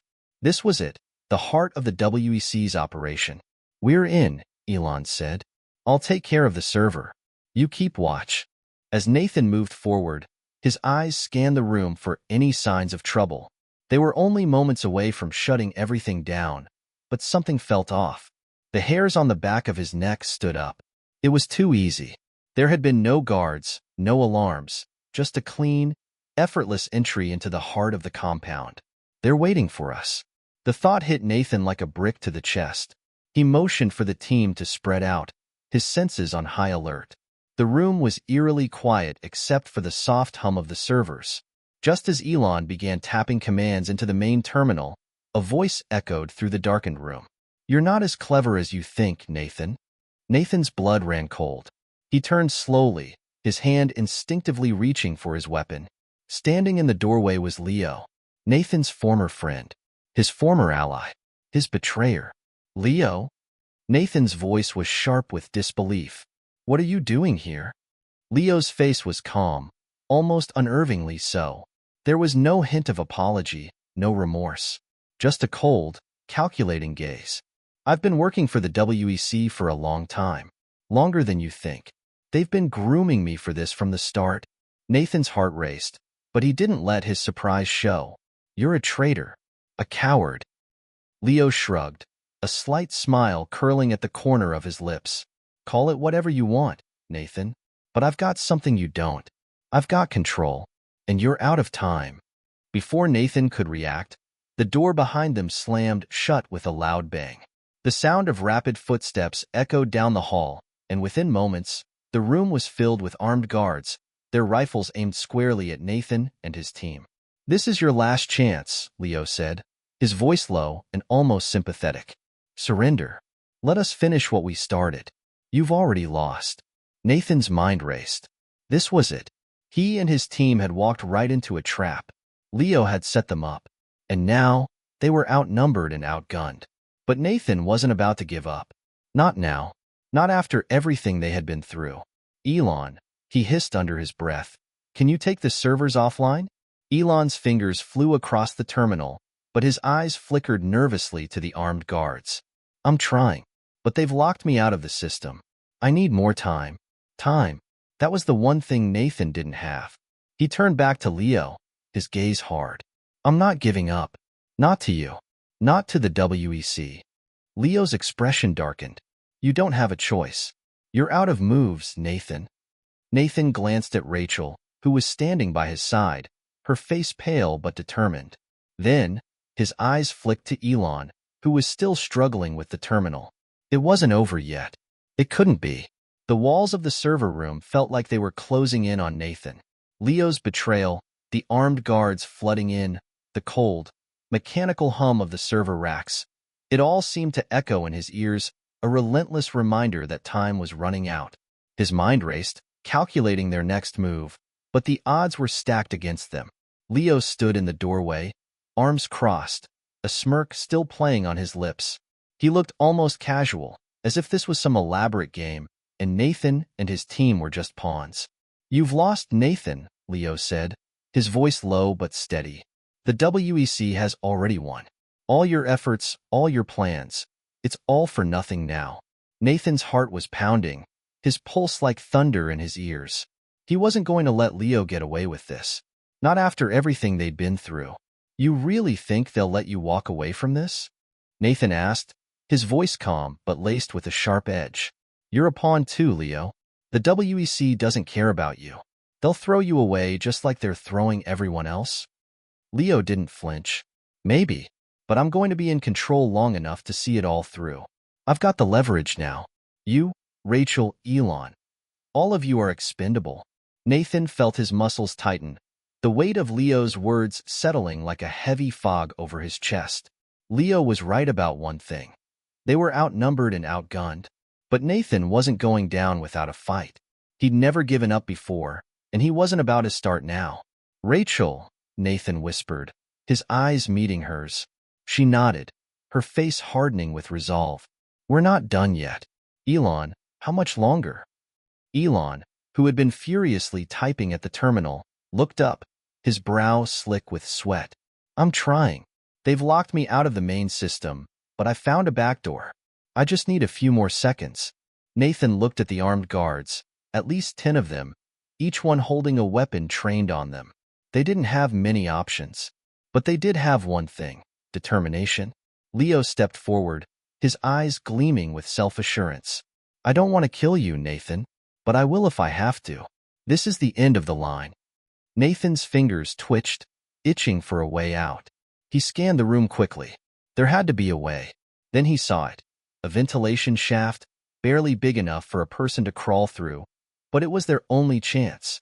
It was located directly above Elon's position, behind a stack of servers. The shaft wasn't visible from the door, which meant it was their only undetected escape route. "Rachel," Nathan said, his voice a sharp whisper, "I need you to get to the ventilation shaft. It's our only shot." She hesitated, looking at the guards, then back at Nathan. "What about you?" "I'll cover you," he said. "Just go. Get Elon, and get him to the shaft. We'll make sure he's safe." Rachel nodded, her expression a mixture of fear and determination. She moved quickly, crouching down and ducking behind the servers as she made her way toward the ventilation shaft. Nathan kept his eyes on Leo, watching his every move. If he was going to give Rachel and Elon the time they needed, he had to act fast. Elon looked up, his eyes wide with realization. "You're not." "I'm staying," Nathan interrupted. "Get out. Now." As Rachel reached the shaft, she hesitated for a moment, looking back at Nathan. He gave her a silent nod, urging her forward. She crawled into the shaft, disappearing from view, and Elon quickly followed. Nathan didn't have time to breathe a sigh of relief. He had to keep Leo and the guards distracted. Leo stepped closer, his eyes narrowing. "You really think you can escape this, Nathan? You've lost. They're already moving in on the next phase of the plan. You're too late." Nathan's eyes hardened. "Maybe, but you're forgetting something." Leo raised an eyebrow, confused. "What's that?" Nathan didn't hesitate. "You still underestimate me." With a swift move, Nathan reached into his jacket, pulling out a small, compact device. It was a failsafe, an EMP grenade designed to disable electronics in a wide radius. He hadn't used it yet, but now seemed like the perfect moment. "Move!" Nathan shouted to Elon, who was just climbing into the shaft. The guards snapped to attention, but before they could react, Nathan hurled the EMP grenade toward the center of the room. The device detonated with a sharp pop, sending a surge of electrical energy across the server room. Sparks flew from the terminals, and the lights flickered before going out entirely, leaving them in complete darkness. For a split second, the room was eerily silent. Then chaos erupted. Guards scrambled, shouting to each other in confusion, trying to figure out what had happened. Nathan didn't waste a second. He dashed toward the back of the room, moving as quickly as he could through the confusion. The EMP had disabled the facility's security systems, but it hadn't taken out the guards. They were still a serious threat. "Elon, go. Now!" Nathan yelled into the comms. Elon's voice crackled through the earpiece. "We're moving, Nathan. We're almost to the exit." Nathan reached the doorway leading to the hallway just as the emergency lights flickered back on. The guards had recovered from the EMP and were now regrouping, their weapons raised. But it was too late. Nathan and his team had already made their move. They sprinted down the darkened hallways, the sounds of pounding footsteps echoing in the corridors behind them. Nathan's heart raced, but he wasn't about to look back. They needed to get out. Fast. The compound wasn't built for quick escapes. The hallways were narrow, and every turn seemed to lead them deeper into the heart of the facility. But Nathan had memorized the layout from their earlier surveillance. He knew the way out. "Where are we?" Rachel's voice came through the comms, breathless but steady. "We're almost there." "Keep moving," Nathan replied. Just as they rounded a corner, a group of guards appeared at the far end of the hall. Nathan's heart sank. They were trapped. "Elon, can you get us out of here?" Nathan shouted. Elon's voice came back with a hint of urgency. "There's an exit ahead. It's guarded, but it's our only chance. I'm working on the override now." The guards advanced, but they were slower than usual, hesitant, unsure of how to handle the chaos the EMP had caused. Nathan and Rachel took advantage of the momentary confusion to move into a side room, a storage closet of sorts, and ducked behind a stack of crates. They waited, breathless. The door to the hallway was still open, and the guards were getting closer. The seconds stretched on like hours. "Elon," Nathan whispered urgently, "hurry." A soft beep crackled through the comms. "I've got it. The doors are opening now." Nathan didn't hesitate. He motioned for Rachel to follow him, and they dashed for the exit. The doors slid open just as the guards reached the hallway. They bolted through the opening and into the night air, the cool desert wind hitting their faces. They were out. The team regrouped outside the compound, panting and bloodied but alive. Elon had hacked into the exit system just in time, and they were now free, at least for the moment. Nathan took a deep breath, his pulse still racing. They had made it out alive, but this was far from over. They had destroyed the WEC's primary server, but there was still so much they didn't know. The WEC had resources, people, and an agenda that stretched across the globe. Leo's betrayal was a blow, but it wasn't the end. Nathan's resolve had never been stronger. He had come too far to let everything he'd fought for slip away now. "We have a lot of work to do," Nathan said, his voice steady. Rachel nodded. "And I'm with you. All the way." Elon looked up at the sky, his face grim. "We've only just begun, but we're still in this fight." The desert stretched endlessly before them, its vast expanse swallowing up the faint light of the moon. Nathan and his team had just escaped the WEC compound, but their relief was short-lived. They were still in enemy territory, and the road ahead was fraught with dangers. As the wind howled through the sand dunes, the team huddled around the makeshift vehicle Elon had hot-wired from one of the WEC's supply trucks. It wasn't much, an armored, off-road truck, but it was their best chance to get out of the desert without being tracked. Elon, still working furiously on his tablet, shot Nathan a look. "I've overridden the GPS system, but they'll be looking for us. We've got a limited window before they send everything they've got after us." Nathan nodded grimly. He had no illusions. The WEC wasn't just going to let them waltz out of their compound without a fight. But they had no choice. They had done what they came for, destroyed the primary server, disrupted their operations, but now it was all about survival. Rachel sat next to Nathan, her eyes scanning the dark horizon. She still looked shaken, but her resolve was solid. The events of the past few days had taken a toll on her, but Nathan knew she wouldn't quit. "Not now. We can't keep running forever," Rachel said quietly, her voice steady but full of determination. "They'll keep coming after us. We need a plan." Nathan exhaled, leaning back against the truck. His mind raced. The WEC was a global entity with resources that stretched far beyond what they'd just encountered. They'd taken down one of their key facilities, but that was only one part of a much larger puzzle. "We don't have time for a plan right now," Nathan said. "We need to stay ahead of them." "Elon, how long can we keep this lead?" Elon glanced up, his eyes tired but sharp. "As long as we're in the desert, we've got a chance. They'll have trouble tracking us out here. But once we hit civilization, we're exposed." "I've been thinking about that," Rachel spoke up. "We need to go off the grid. Stay out of reach until we can figure out our next move." Nathan nodded, impressed. "You're right. We'll keep moving until we reach the nearest town. There's a safe house I know about. After that, we can regroup." Elon wasn't so sure. "Safe house? That's risky, Nathan. The WEC has eyes everywhere. They'll know we're headed there. And if we're wrong—" "We don't have a choice," Nathan interrupted. "We keep moving. It's our best shot at staying alive." Elon reluctantly agreed, though his concern was clear. "Fine, but we need to be careful. I'll continue masking our signals, but if they've got satellite surveillance, we'll have a limited window." Nathan slid into the driver's seat and started the truck. The engine rumbled to life, and the team set off into the vast desert.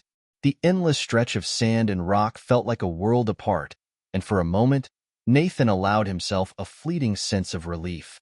They had survived. For now. But there was no time to rest. The WEC was still out there, and Leo's betrayal still weighed heavily on Nathan's mind. He couldn't shake the feeling that Leo wasn't done with them, that he had more tricks up his sleeve. As the truck sped across the desolate landscape, Nathan's mind drifted back to their earlier escape. Leo had been so calm, so certain that they had lost. He hadn't even flinched when Nathan had activated the EMP, as if he had known exactly what Nathan was going to do. How long has he been playing us? Leo had been too well prepared, too sure of himself. He hadn't been surprised by Nathan's tactics. It was almost as if he had expected them to fail. The thought made Nathan's skin crawl. "I need to know everything about Leo," Nathan said suddenly, breaking the silence. "What his connections are, who he's working for. Everything." Rachel glanced at him, her expression hardening. "I know him better than anyone, but this is different. He's changed. I never thought he'd turn on us. On me." Nathan kept his eyes on the road. "People change. We all have our breaking points. But he's more dangerous now than he ever was before. We need to understand how deep this goes." Rachel nodded, her jaw clenched. "He wasn't just working with the WEC. He was one of them. But I don't know what his role was. I don't even know how far back it goes." Elon piped up from the back seat. "If we're going to figure out what Leo's up to, we'll need more than just his connections. We need intel, the kind that only comes from infiltrating their network. Which means," he trailed off, as if considering the implications. "Which means we go back in," Nathan finished for him. Rachel looked at him, disbelief in her eyes. "Back in?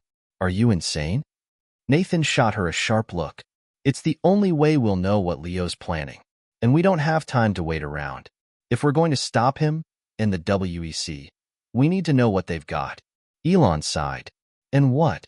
We waltz back into their headquarters and hope they don't catch us? We'll need help, Nathan said, his voice steady. We can't do this alone. Elon's face lit up with a sudden idea. There's someone I know. A hacker. If we can track him down, he might be able to get us the access we need. But he's hard to reach. And, he's a bit unconventional.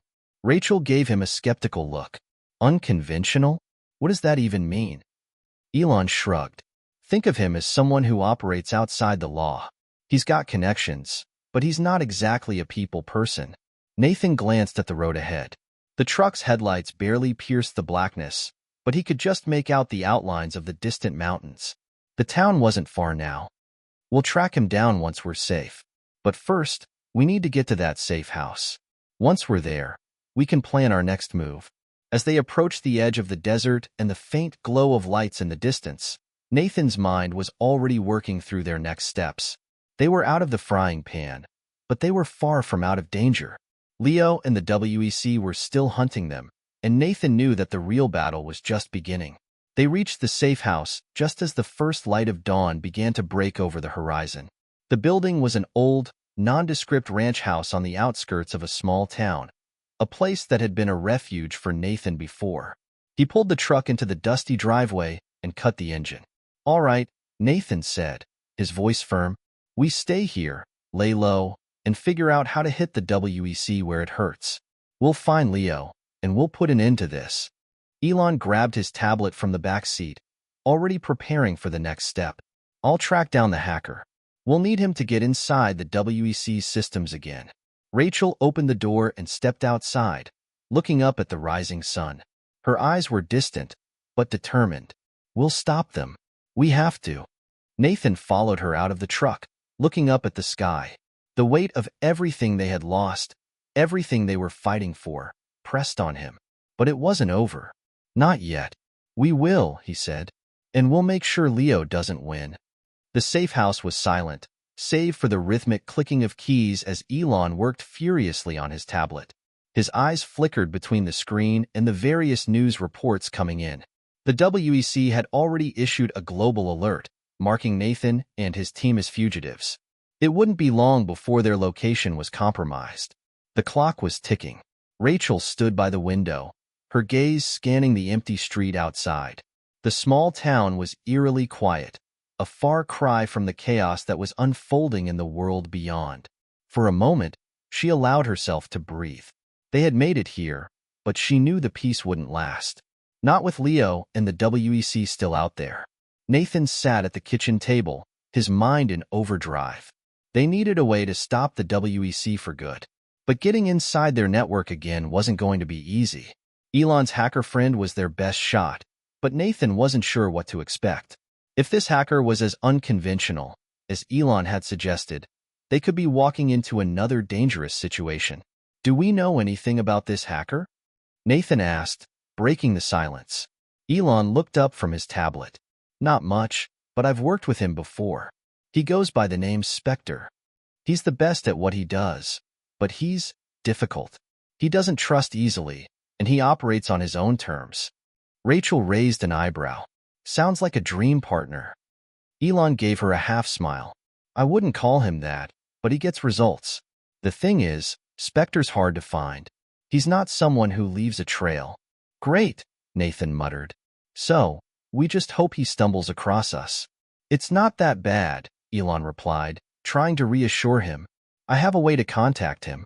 It just might take a little time. I'll send a signal and see if he responds. But we need to be patient. Nathan nodded, but his impatience was clear. Every second they wasted, the WEC closed in on them. Leo, with his connections, would already be mobilizing resources to hunt them down. Nathan couldn't afford to sit idly by. He stood up.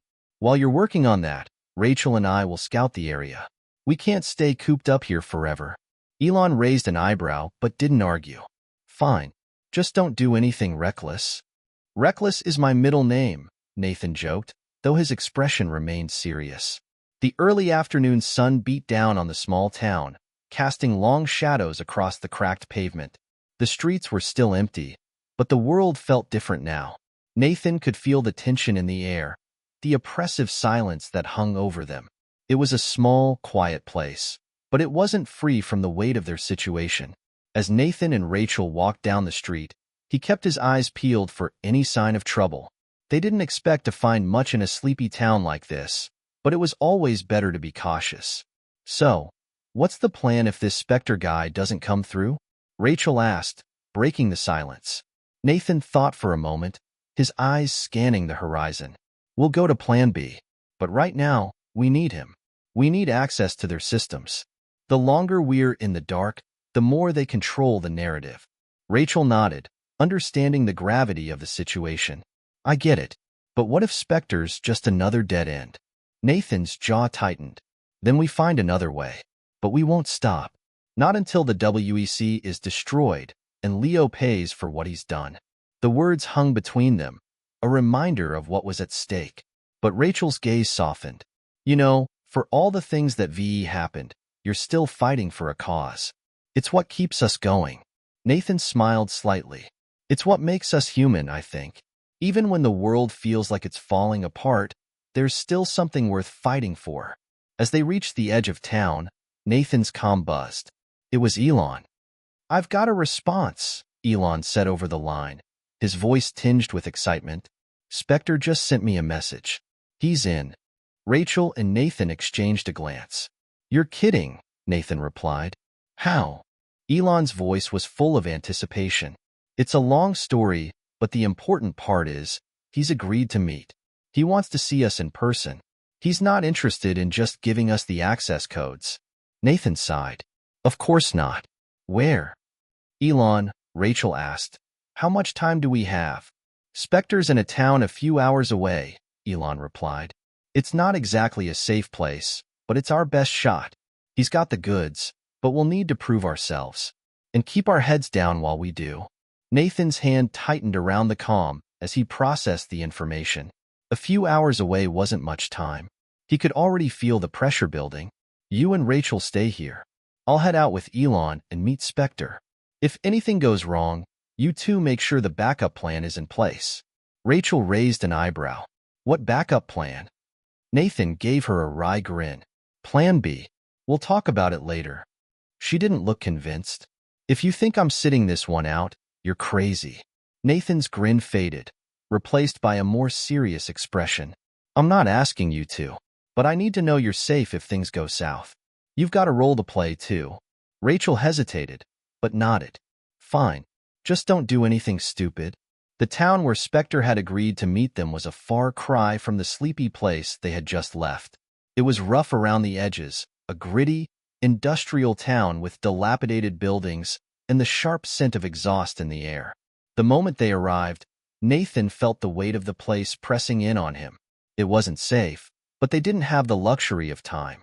Spectre's contact point was an old warehouse on the edge of town. Elon led the way, eyes darting around the area as they approached. Nathan stayed close, his instincts alert, ready for any sudden movement. When they reached the warehouse, Elon stopped in front of a rusty metal door and knocked twice. After a moment, the door creaked open, revealing a shadowed figure inside. "Elon," the figure said, his voice smooth, almost too calm. "I see you brought company." "Spectre," Elon replied, his tone tense. "This is Nathan. He needs your help." Spectre stepped out of the shadows, a tall man with sharp features and a look that could freeze anyone in their tracks. His eyes were hidden behind dark sunglasses, despite the dim light, and his face remained unreadable. Nathan offered his hand, but Spectre didn't take it. Instead, he simply stared at Nathan for a moment, as if sizing him up. "So, you're the one who's been causing trouble," Spectre said coolly. "You have a lot of nerve coming to me.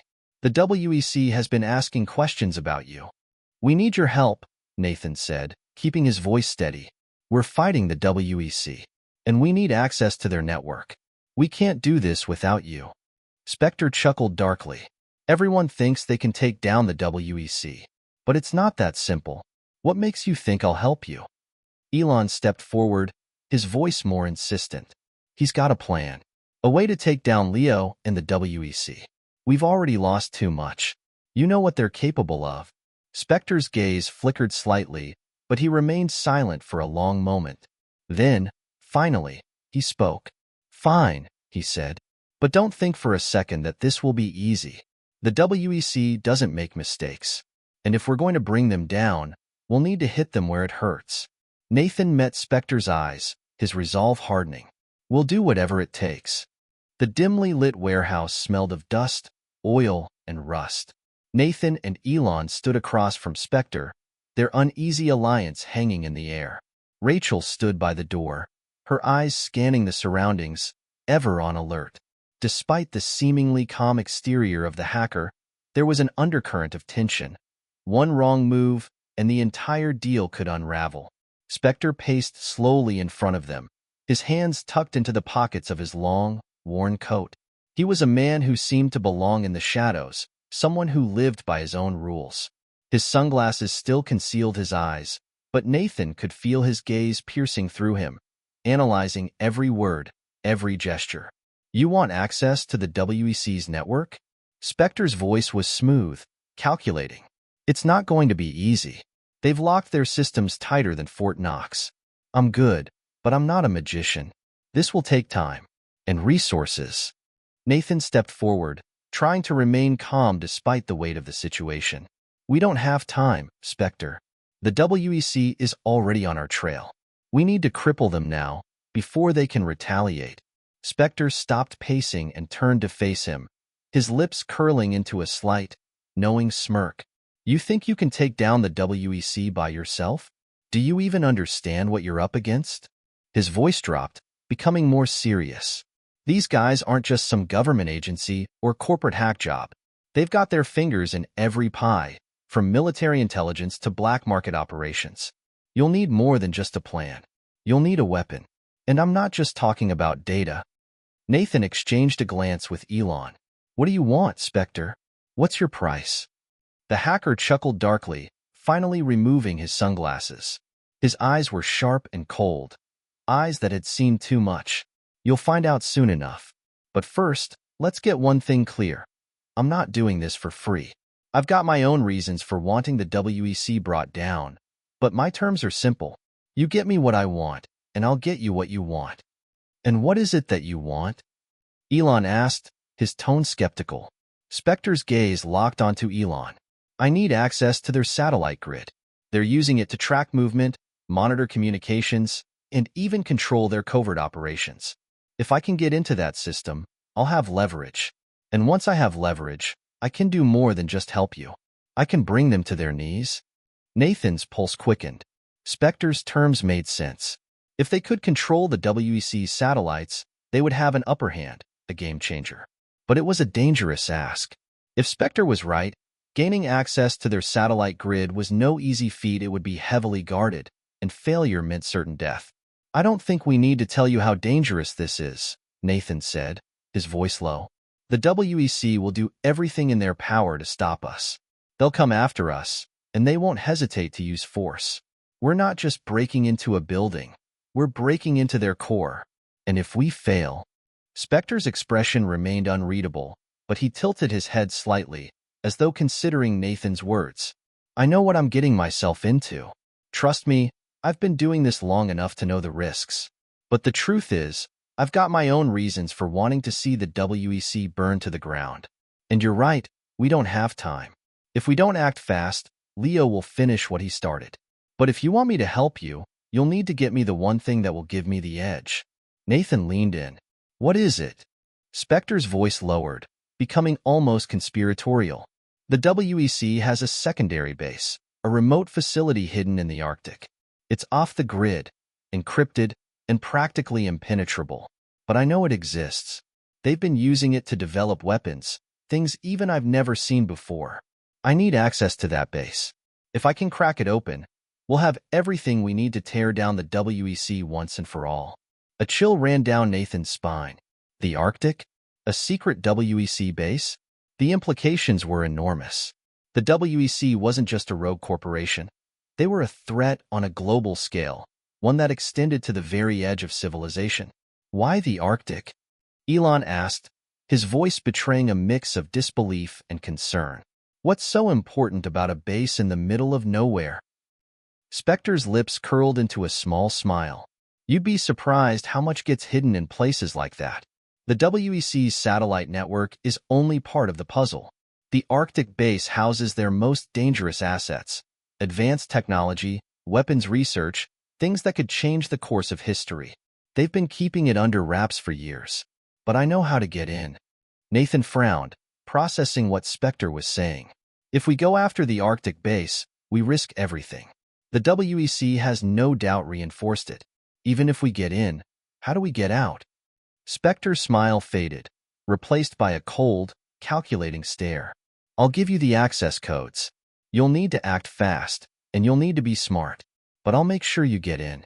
The rest is up to you. Nathan stood there for a long moment, weighing the risks. This wasn't just another mission. This was a full-scale assault on one of the WEC's most secure operations.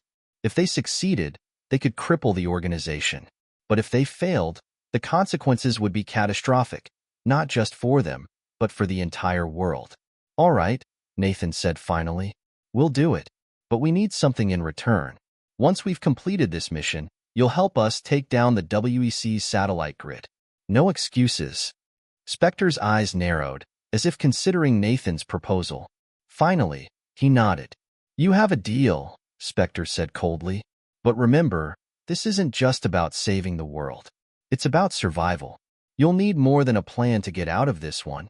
Elon exhaled, his relief palpable but short-lived. Then we're agreed. Let's make this happen. Spectre turned and walked toward a computer setup in the back of the warehouse. He typed something quickly, bringing up a map of the Arctic region.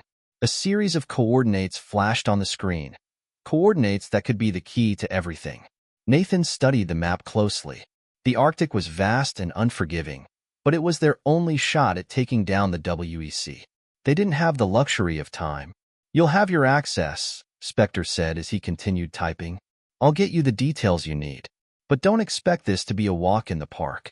The WEC won't let you get away with this. Rachel's voice broke through the tension. So, what's the next step? Nathan's eyes remained fixed on the screen. We go to the Arctic. We find that base, and we take it down. Spectre looked over at Nathan, a faint smirk playing at the corner of his lips. You're not afraid of the WEC, are you? I like that. Nathan didn't respond. He didn't need to. The wheels were already in motion. Their next move was set. And whatever happened next, they would have to face it together. Nathan, Elon, and Rachel strike a deal with Spectre, the elusive hacker who holds the key to taking down the WEC. Spectre agrees to help them infiltrate the WEC's satellite grid, but in exchange, he demands access to a secret WEC facility in the Arctic. The mission is dangerous, and failure is not an option. As they prepare for their most challenging operation yet, the team is forced to confront the full scope of the WEC's power. The cold hit them like a physical wall. The moment the plane's door opened, a gust of icy wind swept inside, and Nathan felt the sting of the Arctic air against his face. He adjusted his gear, his breath turning to mist in the frigid environment. The team had been briefed by Spectre, who had delivered the coordinates for the WEC's secret base hidden deep within the Arctic Circle. Now, it was time to go in. The landscape before them was desolate, a vast, endless stretch of snow and ice. No signs of life, no landmarks, just an expanse of white. It was hard to believe anything could be hidden here, but Nathan knew better. Spectre's intel was solid. The WEC's most dangerous operations were tucked away here, in this desolate wasteland. And if they succeeded, they would have the weapon they needed to take down the global organization once and for all. Elon, Rachel, and Nathan were dressed in heavy, insulated suits, each carrying equipment that would keep them alive in this extreme cold. But even with the latest technology, survival in this environment was never guaranteed. The helicopter that had dropped them off hovered in the distance, waiting for their signal to return.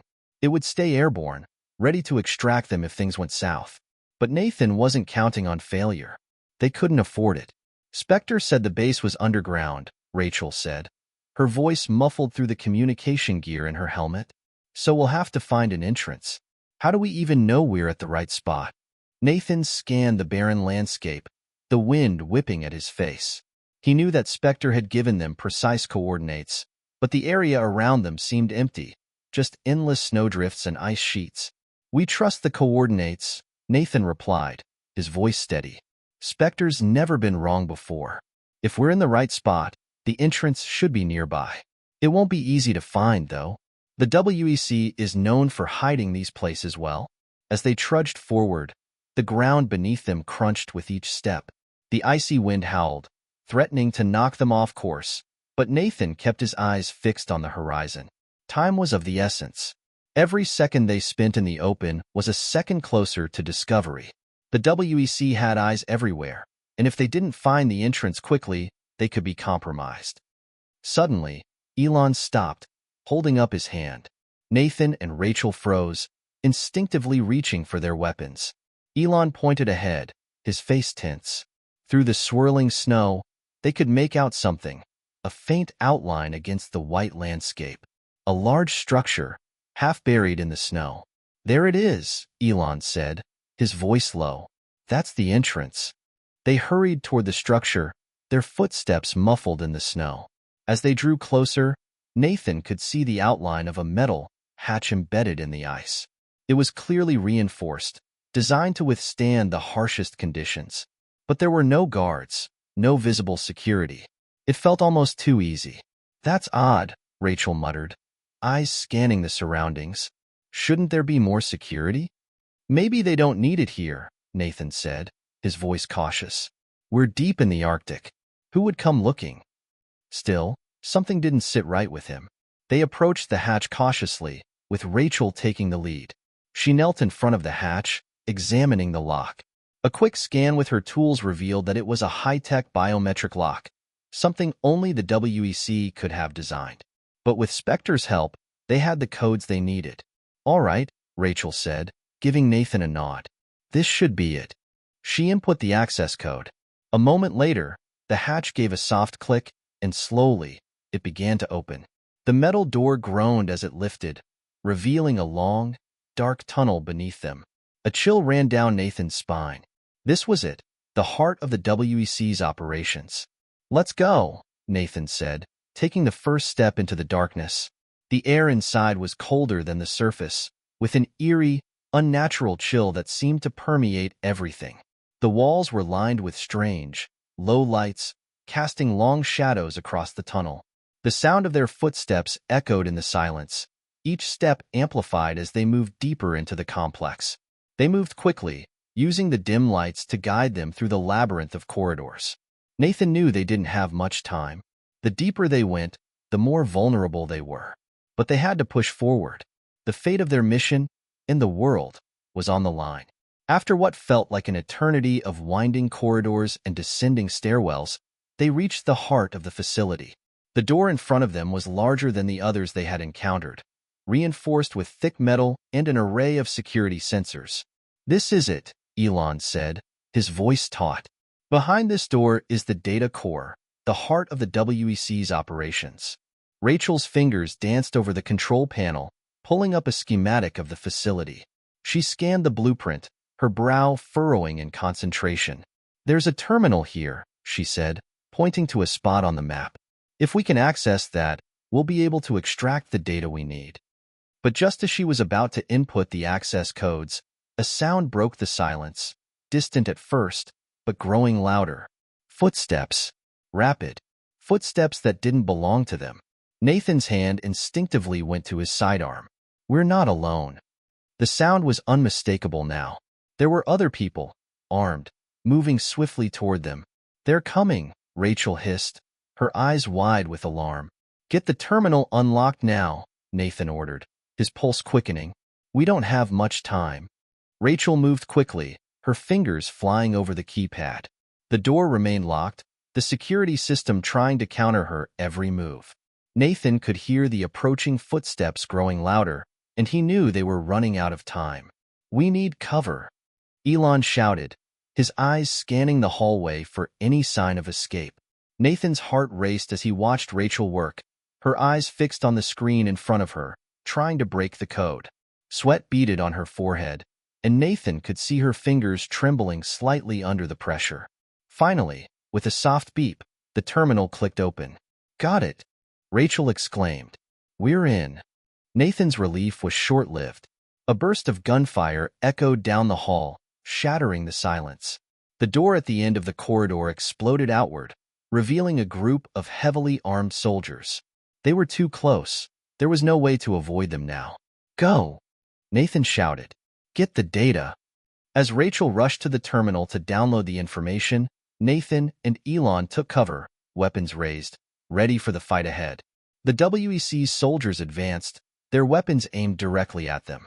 "You won't get away with this," one of the soldiers shouted. "We'll take you down, just like the others." Nathan gritted his teeth, adrenaline coursing through his veins. He wasn't about to let them stop him now. They had come too far, risked too much. This was their chance to end the WEC once and for all.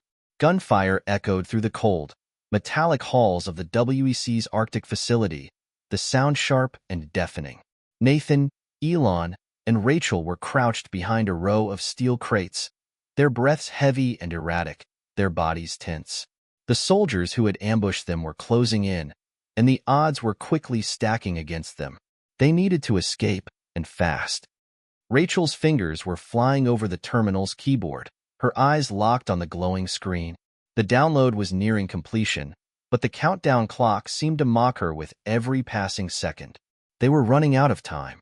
"We don't have much longer," Rachel said through clenched teeth, sweat dripping down her face despite the freezing temperature. "This data will be invaluable, but it's going to take longer to transfer than we thought." Nathan's eyes darted between her and the approaching soldiers. Through the narrow hallway, he could make out their silhouettes, weapons raised and ready. The WEC soldiers weren't playing games. They knew exactly who they were up against. This was a high-stakes operation, and Nathan's gut told him that the WEC wasn't going to show mercy. "Elon, any ideas?" Nathan whispered, his voice strained but focused. "We need a way out." Elon, kneeling beside him, surveyed the hallway ahead. "There's a ventilation shaft above us. If we can get there before they reach us, we might be able to escape through the ducts. But we have to move now." Nathan didn't hesitate. He grabbed Rachel by the shoulder, pulling her back from the terminal for a moment. "We're taking the vents. Can you carry the data?" Rachel gave a quick nod. "I've almost got it. Just give me another 30 seconds. Nathan's eyes hardened as he took a deep breath. Time was no longer their ally. They had to move, and they had to move now. The soldiers were almost on them. "Elon, get to the vents. I'll cover you." Elon gave a sharp nod and bolted toward the vent shaft, his feet light despite the heavy gear. As he neared the grate, he crouched down and used a small tool to unscrew the cover. Nathan took position, crouched behind a stack of crates, his weapon raised, watching the approaching soldiers through the gap in the crates. The first soldier came into view, his face cold and determined. Nathan squeezed the trigger, sending a burst of fire down the hallway. The soldier ducked, but Nathan's aim was true. He hit his target, the soldier collapsing with a grunt. "Go!" Nathan yelled, his voice cutting through the chaos. Elon was already on the move, climbing up toward the vent with impressive agility. Nathan could hear the scrape of his boots against the metal as he disappeared into the shaft. Rachel was right behind him, grabbing the data storage device and slipping it into a secure pouch. Nathan followed suit, sprinting toward the vent. But as he approached the shaft, a bullet whizzed by, grazing his arm. He cursed under his breath, adrenaline pumping through his veins. He could hear the soldiers behind him closing in, too close, too fast. A loud crash echoed through the hallway as the soldiers reached the intersection. Nathan dove for the vent, his hands gripping the cool metal as he pulled himself into the shaft just as another round of gunfire erupted behind him. The shaft was narrow, cramped, and barely tall enough to accommodate their bodies. They crawled forward, their movements swift but cautious. Every sound felt amplified in the tight space. Every footstep, every breath, every noise was a potential alarm. "Elon, take the lead," Nathan ordered, his voice low. "We need to get to the extraction point." The vent shaft twisted and turned, a maze of ducts that seemed to stretch endlessly through the facility. Nathan could hear the soldiers shouting, their voices echoing through the corridors. The WEC was closing in, but they were one step ahead. The air was colder in the vents, and the claustrophobia of the confined space made Nathan's chest tighten, but they kept moving. There was no other choice. Finally, after what seemed like an eternity, they reached the end of the shaft. It opened up into a larger maintenance tunnel, a hidden passage that would lead them to the surface. They had to be close to their extraction point. The sound of footsteps was growing fainter now, but Nathan knew that the WEC would never stop searching. They had to finish this, or they would die trying. Elon, Rachel, get ready, Nathan said. He slid the vent cover aside, peering out into the dimly lit tunnel. It was clear, at least for the moment. Elon and Rachel followed, emerging from the shaft one after the other. Nathan watched the passageway carefully, his heart hammering in his chest. This was the final stretch. If they were going to make it out alive, they had to keep moving. They began to run, their boots pounding against the metal floor, but the sound of approaching footsteps quickly shattered the silence. The WEC soldiers had found them again. Move, Nathan shouted, grabbing Rachel's arm as he pulled her forward. They raced through the tunnel, hoping it would lead them to the surface. The sound of gunfire echoed behind them, each shot closer than the last.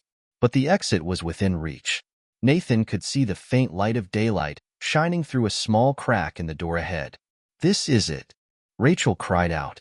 Nathan shoved open the door, and they burst into the blinding sunlight of the Arctic wasteland. The helicopter, hovering just in the distance, was waiting for them, but they weren't in the clear yet.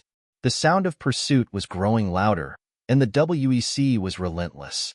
"Go, go, go," Elon urged, his voice urgent as he sprinted toward the waiting helicopter. Nathan and Rachel followed, their legs burning from the exertion. The helicopter's blades whirred, the noise deafening, but there was no time to slow down. They were so close to getting out. Just as they reached the helicopter, the first bullet struck the ground beside them, kicking up a cloud of snow and dirt. The soldiers were almost upon them. But then, just as quickly as it began, the doors slammed shut. The helicopter took off, soaring high into the sky as the WEC soldiers fired from below. Nathan, Elon, and Rachel were finally free. The helicopter ascended, pulling them away from the Arctic facility. They looked down, watching as the snowy landscape became smaller and smaller. The facility that had held the WEC's darkest secrets was fading into the distance. Nathan leaned back in his seat, exhausted but victorious. His arm throbbed from the bullet graze, but he didn't feel the pain. "Not yet. We did it," Rachel said, a tired but triumphant smile on her face. "We got the data. We have everything we need." Nathan looked out the window, watching as the vast, frozen expanse of the Arctic disappeared beneath them. But there was no time to relax. This was only the beginning. They had the information now, the key to taking down the WEC once and for all. "This isn't over," Nathan said, his voice calm but determined. "We've just started a war." Hit subscribe and leave a comment with where you're watching from. Nathan and his team have escaped the WEC's Arctic base, but the mission is far from finished. With the data now in their hands, will they be able to bring the WEC to its knees? Or will the organization strike back harder than ever before?